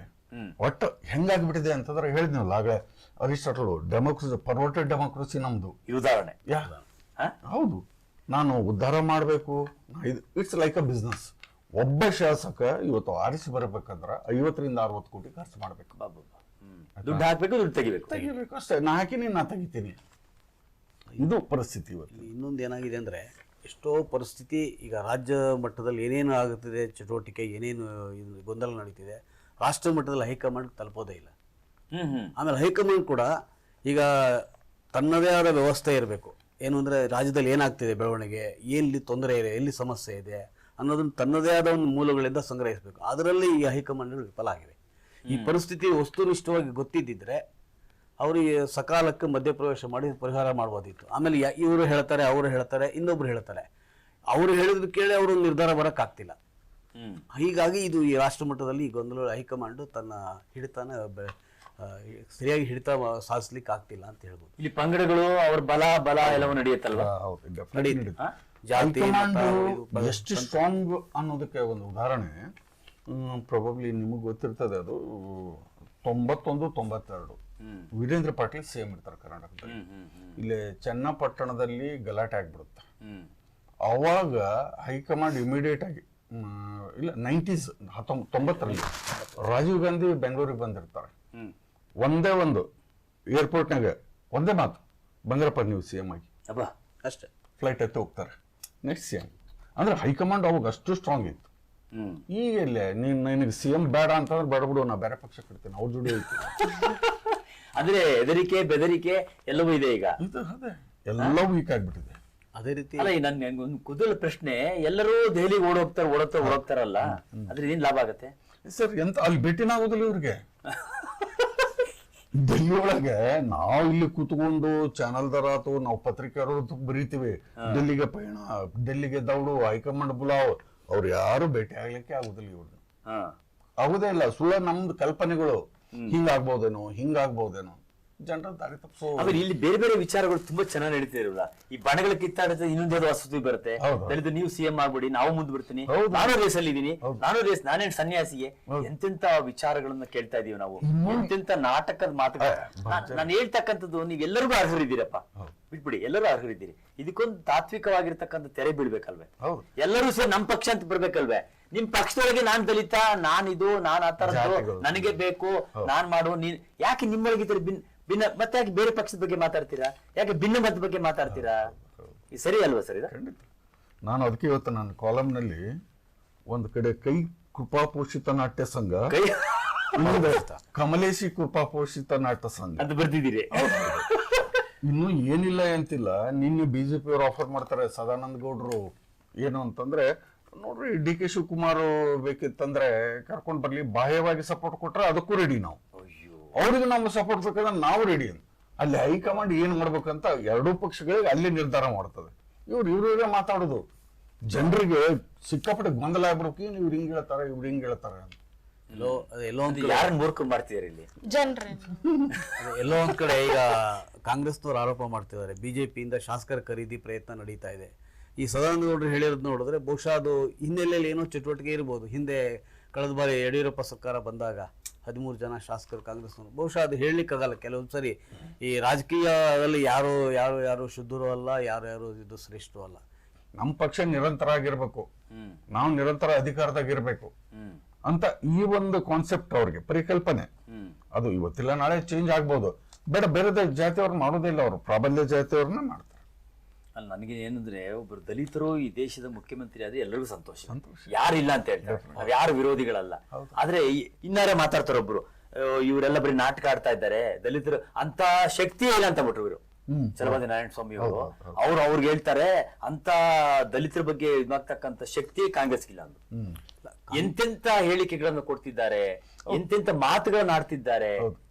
ನಮ್ಮ ಮಾಧ್ಯಮಗಳು ತಪ್ಪಿದೆ ಅಲ್ವ ಸನ್ನಿ? ಅದ್ರ ಬಗ್ಗೆ ಚರ್ಚೆ ಮಾಡಿದ್ವಿ. ನಿಮ್ಮ ಹತ್ರ ಬಂದು ಮೈಕ್ ಹಿಡಿಯೋದು, ಯಾವ್ದೋ ರೋಷದಲ್ಲೋ ಯಾವ್ದೋ ಒತ್ತಡದಲ್ಲೋ ನೀವು ಮಾತಾಡಿ ತಗೊಂಡ್ ಇಲ್ಲಿಡೋದು, ಇಲ್ಲಿಡೋದು, ಅದನ್ನೇ ಸುದ್ದಿ ಮಾಡೋದು, ಅದರಿಂದನೇ ಹೇಳಿಕೆಗಳು ಸುದ್ದಿ ಆಗತ್ತೆ ಸರ್. ಸರ್ ಹಿಂಗ್ ಎಷ್ಟು ಇದಾಗ್ಬಿಟ್ಟಿದೆ ಅಂತಂದ್ರೆ, ಒಂದು ಅವನ ಆಕ್ಸಿಡೆಂಟ್ ಆಗಿ ಬಿದ್ದಿರ್ತಾನ ಅಥವಾ ಮನಿತನ ಜಗಳ ನಡೆದಿರ್ತದೆ, ಅವ್ನು ಸಿಕ್ಕಾಪಟ್ಟೆ ಹೊಡೆದಿರ್ತಾರ, ಮೈಕ್ ಹೋಗಿ ನಿಮ್ಗೆ ಏನ್ ಅನಿಸ್ತಾ ಇದೆ? ಹೊಡೆತ ತಿಂದಿರ್ತಾನ. ಆಮೇಲೆ ಈ ಹೇಳಿಕೆಗಳೇನು ಕೊಡ್ತಿದ್ದಾರೆ, ಇವ್ರು ಯಾರು ಸ್ವಯಂ ಪ್ರೇರಿತರ ಕೊಟ್ಟಿರಲ್ಲ. ಅವ್ರ ಮನೆ ಹೋಗ್ತಾರೆ, ಇಲ್ಲ ಈ ತರ ಬೆಳವಣಿಗೆ ಆಗ್ತಿದೆ, ನೀವೇನು ಹೇಳ್ತೀರಾ? ಅವಾಗ ಅವರು ಸಹಜವಾಗಿ ಹೇಳ್ತಾರೆ, ಅದು ಹೈಲೈಟ್ ಆಗುತ್ತೆ. ಇಲ್ಲ, ನಂಗೊಂದು ಪ್ರಶ್ನೆ ಬರುತ್ತೆ ಅನಿಸ್ತಿದ್ ಕರೆಕ್ಟ್. ಈಗ ನಾನೇನು ಹೇಳಿದೆ ನಿಮ್ ಬಗ್ಗೆ, ನೀವು ಇದನ್ನ ನಾನು ಹೇಳಿದ ಅಷ್ಟನ್ನು ತಗೊಂಡೋಗಿ ಅವರಿಗೆ ತೋರಿಸಿದಾಗ ಅವ್ರು ಕೊಡೋ ಪ್ರತಿಕ್ರಿಯೆ ಬೇರೆ. ನಾನು ಅವ್ರ ಹಂಗಂದ್ರು ಹಿಂಗಂದ್ರು ಅಂದಾಗ ನಾನೇನ್ ಬೇಕಾದ್ರೆ ಸೇರಿಸಬಹುದಲ್ವೇ? ಕೊನೆಗೆ ಬ್ಲೇಮ್ ಯಾರಿಗೆ ಬರುತ್ತೆ? ನಮ್ಗೆ ಹೇಳುದು, ನಾನು ಹೇಳೇ ಇಲ್ಲ, ಮಾಧ್ಯಮದವ್ರು ತಿರುಚಿಬಿಟ್ರು ಅಂತ ಬೇಕಾಯ್ತು ಮಾಧ್ಯಮದವ್ರಿಗೆ. ಕೊನೆಯದಾಗ ಹೇಳ್ತಕ್ಕ ಎಲ್ಲ ನಾನು ಈ ಮೇಲಿಕೆನೆ ಕೊಟ್ಟಿಲ್ಲ, ಅಂದ್ರೆ ಈಗ ನಿಮ್ದೇ ಕೆಲಸ, ಮಾಧ್ಯಮದವ್ರು ತಿರುಚಿದ್ರಿ. ಈಗ ಆಗ್ತಾ ಇರೋದು ಈಗ ಬೈಟ್ ಜರ್ನಲಿಸಮ್ ಅಂತಾರೆ. ಈಗ ಯಾವುದೇ ಚಾನಲ್ಗಳಲ್ಲಿ ಇರ್ಬೋದು, ಬೇರೆ ಮಾಧ್ಯಮಗಳಿರ್ಬೋದು, ಒಳ್ಳೆ ವಿಚಾರ. ಬೈಟ್ ತಗೊಳ್ತಾರೆ ಕೊಡ್ತಾರೆ. ಅದ್ ಏನಾಗಿದೆ ವಾಸ್ತವ ಗೊತ್ತಿಲ್ಲ. ಹಿಂದೆ ವಾಜಪೇಯಿ ಅವರು ಅವಾಗ ಟಿವಿಗಳಿರಲಿಲ್ಲ. ಯಾರೋ ಒಬ್ಬ ಮಾಧ್ಯಮ ವ್ಯಕ್ತಿ, ನೀವು ಪ್ರಧಾನಿ ಆಗುವಂತ ಅವಕಾಶ ಬಂದ್ರೆ ಏನ್ ಮಾಡ್ತೀರಾ? ನಾನು ಪ್ರಧಾನಿ ಆಗೋದು ಖಂಡಿತ ಆಗ್ತೀನಿ. ಅದಕ್ಕೆ ಅವ್ರು ದೊಡ್ಡದಾಗಿ ಹಾಕ್ಬಿಟ್ಟು Vajpayee wants to become PM ಅಂದ್ರೆ ವಾಜಪೇಯಿನೇ ಹೇಳಿದ ಅನ್ನೋ ತರ. ಇಲ್ಲಿ ಆಕ್ಚುಲಿ ಹೇಳಿದ್ರೆ ಯಾರು ತಾನೇ ಅಧಿಕಾರ ಆಸೆ ಇರಲ್ಲಪ್ಪ, ಅಧಿಕಾರ ಇರ್ಬಿಟ್ಟು ಜನಸೇವೆ ಮಾಡಕ್ಕೆ ಅನುಕೂಲ ಆಗುತ್ತೆ, ನಾನು ಅವಕಾಶ ಕೊಟ್ಟರೆ ಆಗ್ತೀನಿ ಅಂತೇಳಿ ಅವ್ರು ಹೇಳಿದ್ನಿ. ಆದ್ರೆ ಅದೇನಾಯ್ತು, ಅದನ್ನ ವಾಜಪೇಯಿ ವಾಂಟ್ಸ್. ಒಳ್ಳೆ ವಿಚಾರ ಹೇಳಿದ್ರು. ಇದನ್ನ ಚರ್ಚೆ ಮಾಡ್ತಿದ್ರು ಬೈಟ್ ರಾಜಕಾರಣಿಗಳು ಹೌದು. ಅಲ್ವೇ ಸರ್ ಇದು ಬೈಟ್ ಏನ್ ಹೇಳಿದ್ರೆ ಬೈಟ್ ಜರ್ನಲಿಸಂ. ಬೈಟ್ ಜರ್ನಲಿಸಂ ತುಂಬಾ ಅದ್ಭುತ. ಅಂದ್ರೆ ಹೇಳಿಕೆಗಳ ಹಿಂದೆಯೇ ಹೋಗ್ತಕ್ಕಂಥದ್ದು ನಮ್ಮ ಇವತ್ತಿನ ಜಾಯಮಾನ ಮಾಧ್ಯಮಗಳು ನಮ್ಮ ಹೊಣೆಗಾರಿಕೆ ಜಾರ್ಕೊಂಡಿದ್ದೀವಿ. ಸರ್ ಇವತ್ತಿಂದಲ್ಲ, ಹಾ Kharge was the home minister. ಅವಾಗ ಮೈಸೂರಿಗೆ ಹೋಗಿರ್ತಾರೆ. ಅವಾಗೊಂದು ಚರ್ಚೆ ನಡೆದಿರ್ತದೆ, ಮೈಸೂರು ದಸರಾನ ಸರ್ಕಾರ ಕೈಯಾಗ ತಗೊಂಡು ಅದರಿಂದನೇ ಆಚರಣೆ ಮಾಡೋಣ, ರಾಜ ಇದು ನಮ್ಗೆ ಬೇಡ ಇನ್ಮೇಲೆ ಅಂತೇಳಿ ಒಂದು ಚರ್ಚೆ ನಡೆದಿರ್ತದೆ. ಕೂಡ ಯಾರೋ ಖರ್ಗೆ ಪ್ರಶ್ನೆ ಕೇಳ್ತಾರೆ, ಏನು ನೀವು ಮತ್ತೆ ಅದನ್ನ ಮೈಸೂರು ದಸರಾ ನಿಮ್ ಸರ್ಕಾರ ನಡೆಸ್ತದೆ ಅಂತೆ, ಮತ್ತೆ ನೀವು ಏನ್ ಮಾಡ್ತೀರಾ? ಇಲ್ಲ, ಯೋಚನೆ ನಡೆದಿದೆ, ನಾನು ಪ್ರಮೋದ ದೇವಿಗೆ ನೋಟಿಸ್ಗೆ ತರ್ತೀನಿ. ಮರುದಿವ್ಸ ಏನಾಗಿದೆ ಗೊತ್ತಾ, ಪ್ರಮೋದ ದೇವಿಗೆ ನೋಟಿಸ್. ಅಯ್ಯೋ, ಅವ್ರು ಅಲ್ಲಿ ಕೂತ್ಕೊಂಡು ಅವ್ರದೊಂದು ಸ್ಟೇಟ್ಮೆಂಟ್, ನನಗೆ ನೋಟಿಸ್ ಕೊಡಲು ಖರ್ಗೆ ಯಾರು, ನನಗೆ ನೋಟಿಸ್ ಕೊಡಲು ಖರ್ಗೆ ತರ್ತೀನಿ ಅಂತ ಹೇಳಿದವರು. ಅಂದ ಕೂಡಲೇ ಗೊಂದಲ ಶುರು ಆಗ್ಬಿಡ್ತದು. ಆಮೇಲೆ ಅವ್ರು ಒಂದ್ಸಲ ಬೆಂಗಳೂರಿಗೆ ಬಂದು, ಖರ್ಗೆ ಅವರೇ ನಾನು ಏನ್ ಮಾಡಿದ್ದೆ, ನನ್ಗೇನ್ ನೋಟಿಸ್ ಕೊಡ್ತೀರಿ? ಇಲ್ರಿ, ನಾನ್ ನೋಟಿಸ್ಗೆ ತರ್ತೀನಿ ಅಂದ್ರೆ ಇದು ಹೇಳ್ದಲ್ಲ, ಯಾವ ತರ ಇಲ್ಲಿ ₹1 ಇನ್ನೊಂದು ಯಾವುದೋ ಒಂದು ಲೆಕ್ಕ ಪುಕ್ಕ ಪಡ್ಕೊಂಡು ಏನೋ ಬಂದ್ಬಿಡುತ್ತೆ. ಇಲ್ಲ ಇದಕ್ಕೆ ಹೇಳಿದ ಯಾರೊಬ್ರು ಹೇಳಿದ್ರಂತೆ, ವಿಶ್ವೇಶ್ವರಯ್ಯ ನಾಲಿಗೆ ಬಿದ್ದು ಸಾವು. ಅದನ್ನ ವಿಶ್ವೇಶ್ವರಯ್ಯ ನಾಲಿಗೆ ಬಿದ್ದು ಸಾವು ಹಾಕಿದ್ರಂತೆ. ಅಂದ್ರೆ ವಿಶ್ವೇಶ್ವರಯ್ಯ ನಾಲಿಗೆ ಬಿದ್ದು ಸತ್ತೋಗ್ಬಿಟ್ರಿ ಪಾಪ, ಅಂತ ದೊಡ್ಡ ವ್ಯಕ್ತಿ. ಎಂತೆಂತ ಯಾವ ತರ ಟ್ವಿಸ್ಟ್ ಮಾಡ್ಬಿಡ್ತೀವಿ ನಾವು ಅಂತೇಳಿ ಮೂಲ. ಆಮೇಲೆ ಇಷ್ಟೆಲ್ಲ ಗೊಂದಲ ಕ್ರಿಯೇಟ್ ಆಗುತ್ತೆ, ಮೂಲ ಇನ್ನೊಂದು ಯಾರಿಗೂ ಅರ್ಥ ಆಗಲ್ಲ ಅಲ್ವೇ? ಇರ್ಲಿ, ಇವೆಲ್ಲವೂ ಕಳೆದು ಸೂರ್ಯೋದಯ ಆಗಿ ನಮಗೆ ಹೊಸ ನಾಯಕರು, ಹಳೆ ನಾಯಕರು ಹೇಗೋ ಆಗಿ ಒಂದು ಸ್ಥಿರತೆ ಬಂದು ನಮ್ಮ ಬದುಕು ಸಾಮಾನ್ಯ ಜನರ ಕಷ್ಟ ಸುಖಗಳನ್ನು ಕೇಳುವಂತಹ ದಿನಗಳು ಬರಲಿ ಅಂತ ಶುಭ ಹಾರೈಸಿ, ನಾನು ಇನ್ನೊಂದು ವಿಚಾರ ಬಹಳ ಮುಖ್ಯವಾಗಿರ್ತಕ್ಕಂಥದ್ದು ನಮ್ಮ ಕಾಡಿರೋದು ಇವತ್ತು ಬಹಳ ವಿಶೇಷವಾಗಿರ್ತಕ್ಕಂಥದ್ದು, ಅಪಾರ್ಟ್ಮೆಂಟ್ಗಳ ಮೇಂಟೆನೆನ್ಸ್ ಚಾರ್ಜ್ಗೆ ಸಂಬಂಧಪಟ್ಟ ಸಿವಿಲ್ ಕೋರ್ಟ್ ಒಂದು ನಿರ್ಧಾರವನ್ನು ಕೊಟ್ಟಿದೆ. ಇಷ್ಟು ದಿನ ಏನ್ ನಡೀತಿತ್ತು ಅಂತಂದ್ರೆ, ಚದರಡಿಯ ಮೇಲೆ ಅವರಿಗೆ ಶುಲ್ಕ ಹಾಕ್ಬೇಕು, ನಿರ್ವಹಣಾ ಶುಲ್ಕ ಅಂತ ಏನೋ ಒಂದಿತ್ತು. ಅದ 74%. ಈಗ ನಂದು 3000 ಸ್ಕ್ವೇರ್ ಫೀಟ್ ಇದೆ ಅಂತಂದ್ರೆ ನಿರ್ವಹಣೆಯಲ್ಲಿ 74% ನನ್ ಕಡಿಮೆ. ಯಾರಿಗೆ ಅಧಿಕವಾಗಿರ್ತಕ್ಕಂಥ ಚದರ ಅಡಿ ಇತ್ತೋ, ವಿಸ್ತೀರ್ಣ ಇತ್ತೋ, ಅವರು 74% ಟೋಟಲ್ ಕಾಸ್ಟ್ ಅನ್ನು ಕೊಡ್ಬೇಕಾಗಿತ್ತು. ಅದನ್ನು ವಜಾ ಮಾಡಿದೆ ಸಿವಿಲ್ ಕೋರ್ಟ್. ಏನ್ ಹೇಳಿದೆ ಅಂತಂದ್ರೆ, ಆ ಆಧಾರವೇ ತಪ್ಪು, ಆ ನಿರ್ಧಾರವೇ ತಪ್ಪು. ಇನ್ನು ಮುಂದೆ ಎಲ್ಲವೂ ಸಮಾನವಾಗಿರ್ಬೇಕು ಅಂತ ಹೇಳಿದೆ. ಇದು ಎಲ್ಲಾ ನಮ್ಮ ಅಪಾರ್ಟ್ಮೆಂಟ್ ನಿವಾಸಿಗಳಿಗೆ ಶುಭ ಸಂದೇಶ ಅಂತ ನಾನು ಹೇಳ್ತಿದ್ದೆ. ಯಾಕೆಂತಂದ್ರೆ ನನ್ನ ಹತ್ರ 3000 ಸ್ಕ್ವೇರ್ ಫೀಟ್ ಇದೆ, ನೀವು 1000 ಸ್ಕ್ವೇರ್ ಫೀಟ್ ಇದೆ, ನಾನು ಹೆಚ್ಚು ಕಟ್ಟಬೇಕು, ನೀವು ಕಡಿಮೆ ಕಟ್ಟಬೇಕು, ನಿಮ್ಗೆ ಎಲ್ಲ ಬೆನಿಫಿಟ್ ಸಿಗ್ತಾ ಇದೆಯಲ್ಲ. ಈ ಮೇಂಟೆನೆನ್ಸ್ ಹೇಗಿರುತ್ತೆ ಅಂತಂದ್ರೆ, ನೀವು ಬಳಸ್ತಕ್ಕಂಥ ನೀರು, ಬಳಸ್ತಕ್ಕಂಥ ಸಾಮಾನ್ಯ ಏರಿಯಾ, ಅದರ ಲೈಟು, ಪಾರ್ಕು, ಇವುಗಳೆಲ್ಲವಕ್ಕೆ ನಾವು ಹಾಕ್ತಕ್ಕಂಥ ಸೇವಾ ಶುಲ್ಕ. ಯಾಕಂದ್ರೆ ನಾವು ಅಪಾರ್ಟ್ಮೆಂಟ್ ಅಲ್ಲಿ ಇರೋದ್ರಿಂದ ಸೇವಾ ಶುಲ್ಕ ನಾನು 3000 ಸ್ಕ್ವೇರ್ ಫೀಟ್ ನನ್ನ ಒಳಗಡೆ ಇರ್ತಕ್ಕಂಥದಕ್ಕೋಸ್ಕರವಾಗಿ ನಾನು ಅಧಿಕವಾಗಿ ಕಟ್ತಾ ಇದ್ದೀನಿ. ಇದನ್ನು ವಾದ ಮಾಡಿದ್ದಾರೆ. ವಾದ ಮಾಡಿದ ನಂತರ ಸಿವಿಲ್ ಕೋರ್ಟ್ ಅಂತಕ್ಕಂಥದ್ದು ಈ ವಾದವೇ ತಪ್ಪು, ಈ ನಿರ್ಣಯವೇ ತಪ್ಪು, ನಿರ್ಧಾರವೇ ತಪ್ಪು ಅಂತ ಹೇಳಿ ಇನ್ನು ಮುಂದೆ ಎಲ್ಲರೂ ಸಮಾನವಾಗಿ ಕೊಡಬೇಕು ಅಂತಕ್ಕಂಥದ್ದನ್ನ ನಿನ್ನೆ ಸಿವಿಲ್ ಕೋರ್ಟ್ ಒಂದು ಆದೇಶವನ್ನ ಕೊಟ್ಟಿದೆ. ಬಹುಶಃ ಇದರಿಂದ ಎಲ್ಲಾ ಅಪಾರ್ಟ್ಮೆಂಟ್ ನಿವಾಸಿ, ಯಾಕೆಂದ್ರೆ ಬೆಂಗಳೂರು ಅಂತಕ್ಕಂಥ ಅಪಾರ್ಟ್ಮೆಂಟ್, ಇಲ್ಲಿ ನೋಡಿ ಅಪಾರ್ಟ್ಮೆಂಟ್ಗಳು ಅದು ಸೇಲ್ ಆಗುತ್ತೋ ಬಿಡುತ್ತೋ, ಅಪಾರ್ಟ್ಮೆಂಟ್ ಅಂತ ನಿರ್ಮಾಣ ಆಗಿದೆ. ಅಲ್ಲಿ ಮೂಲಭೂತ ಸೌಕರ್ಯ ಇದೆಯೋ ಇಲ್ವೋ ಗೊತ್ತಿಲ್ಲ. ಈಗ ನನಗೆ ಆ ಬಿಲ್ಡಿಂಗ್ ಗಳು ನೋಡಿದ್ರೆ ನನಗೆ ಆಶ್ಚರ್ಯ ಆಗ್ತಿದೆ. ಇವರು ಎಲ್ಲಿಂದ ನೀರು ತರ್ತಾರೆ, ಎಷ್ಟು ಭೂಮಿಯನ್ನು ಕೊರಿತಾರೆ, ಎಷ್ಟು ಅಡಿ ಆಳ ಹೋಗ್ತಿದ್ದಾರೆ, ಅದ್ರ ಬಗ್ಗೆ ಯಾರು ಯೋಚನೆ ಮಾಡ್ತಿಲ್ಲ. ಇವತ್ತು ಕನಿಷ್ಠ ಅಂತಂದ್ರೆ 1200, 1800, 2000 ಅಡಿವರೆಗೂ ಹೋದ್ರೆ ನೀರು ಸಿಕ್ಕದೇ ಇಲ್ಲ. ಎಲ್ಲರೂ ಕೇಳಿದಿರಾ 100 ಅಡಿಗೆ ಸಿಕ್ತು. ಕೆರೆಯ ಆವರಣ, ನಾವಿರೋದು ಯಲಹಂಕದ ಕೆರೆಯ ಆವರಣ, ಕೆಂಪೇಗೌಡರು ಕನಸು ಕಂಡ ಕೆರೆಯ ಆವರಣದಲ್ಲಿದ್ದೀವಿ. 1200 ಅಡಿ ಒಳಗೋದ್ರೂ ಕೂಡ ನೀರು ಸಿಗ್ತಿಲ್ಲ. ಅಂದ್ರೆ ಅಂತರ್ಜಲವನ್ನ ಬಗೆದು ನಾವು ಪ್ರಕೃತಿ ವಿರುದ್ಧವಾಗಿ ಅಪಾರ್ಟ್ಮೆಂಟ್ ಕಟ್ಟಿ ಕಾಂಕ್ರೀಟ್ ಕಾಡುಗಳ ಮಾಡ್ತಾ ಇದ್ದೀವಿ. ನಗರ ಎಲ್ಲಿ ನಾಯಿ ಕೊಡೆಗಳಂತ ಬೆಳೀತಿದೆ ಅದು ಕಡಿವಾಣ ಆಗ್ತಾ ಇಲ್ಲ. ಎರಡನೇದು, ಆಕ್ಚುಲಿ ಈಗ ಅಪಾರ್ಟ್ಮೆಂಟ್ ನೀವು ಬಾಡಿಗೆ ಕೊಡ್ತಾರೆ, ಪ್ರತಿ ವರ್ಷ ಅವರು 20%, 10% ಜಾಸ್ತಿ ಆಗ್ತಾನೆ ಇರುತ್ತೆ. ಅವರಿಂದ ಮತ್ತೆ ಈ ಸೇವಾ ಶುಲ್ಕ ವಸೂಲಿ ಮಾಡ್ತಾರೆ. ಹಿಂದೆ ಒಂದು ಕೂಗಿತ್ತು, ನಾವು ಈ ಕೊಡುವಂಥ ಬಾಡಿಗೆಲೆ ಎಲ್ಲ ಇರೋದು, ಸಪ್ರೇಟ್ ಯಾಕೆ ಸೇವಾ ಶುಲ್ಕ ಕೊಡಬೇಕು ಅಂತ.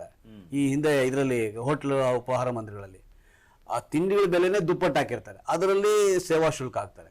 ಅದ್ರ ವಿರುದ್ಧ ಕೂಡ ಒಂದು ನಾಗರಿಕ ಸಂಸ್ಥೆ ಹೋರಾಟ ಮಾಡ್ತಾರೆ. ಸೇವಾ ಶುಲ್ಕ, ನೀವು ತಿನ್ನೋ ಹಣ್ಣು ಇದು ತಿಂಡಿಗೂ ದುಡ್ಡು ಕೊಡ್ತೀರಾ, ಮತ್ತೆ ಸರ್ವಿಸ್ ಕೊಡ್ತೀರಾ, ಮತ್ತೆ ತಿಂಡಿ ಆಗರ ಅಷ್ಟೇ ಯಾಕೆ ಹಣ ಅಷ್ಟು ಇಡ್ತೀರ ಅಂತಾರ. ಅದೇ ಥರ ಅಪಾರ್ಟ್ಮೆಂಟಲ್ಲೂ ಇದ್ದೇ ರೀತಿ ಕೂಗೆದ್ದಿತ್ತು. ಈಗ ಈ ಬಾಡಿಗೆಯಲ್ಲೇ ದುಪ್ಪಟ್ಟು ತಗೊಳ್ತಿದ್ರೆ, 2 ಪಟ್ಟು ತಗೊಳ್ತೀರಾ, 3 ಪಟ್ಟು ತಗೊಳ್ತಿದ್ರ. ಅದ್ರ ಜೊತೆಗೆ ಇದೊಂದು ಯಾಕಬೇಕು? ಅದೇ ಬೆಂಗಳೂರು ನೋಡಿದ್ರೆ ಗಾಬರಿ ಆಗುತ್ತೆ ಸರ್. ಏನ್ ಸರ್ ಬೆಳೆದಿರೋದು ಬೆಂಗಳೂರು. ಅಪಾರ್ಟ್ಮೆಂಟ್ ಒಂದು ಅಪಾರ್ಟ್ಮೆಂಟ್ ಕನಿಷ್ಠ 1000 ವಾಹನ ಬಂದ್ರೆ ಅವ್ರು ಎಲ್ಲಿರ್ತಾರೆ?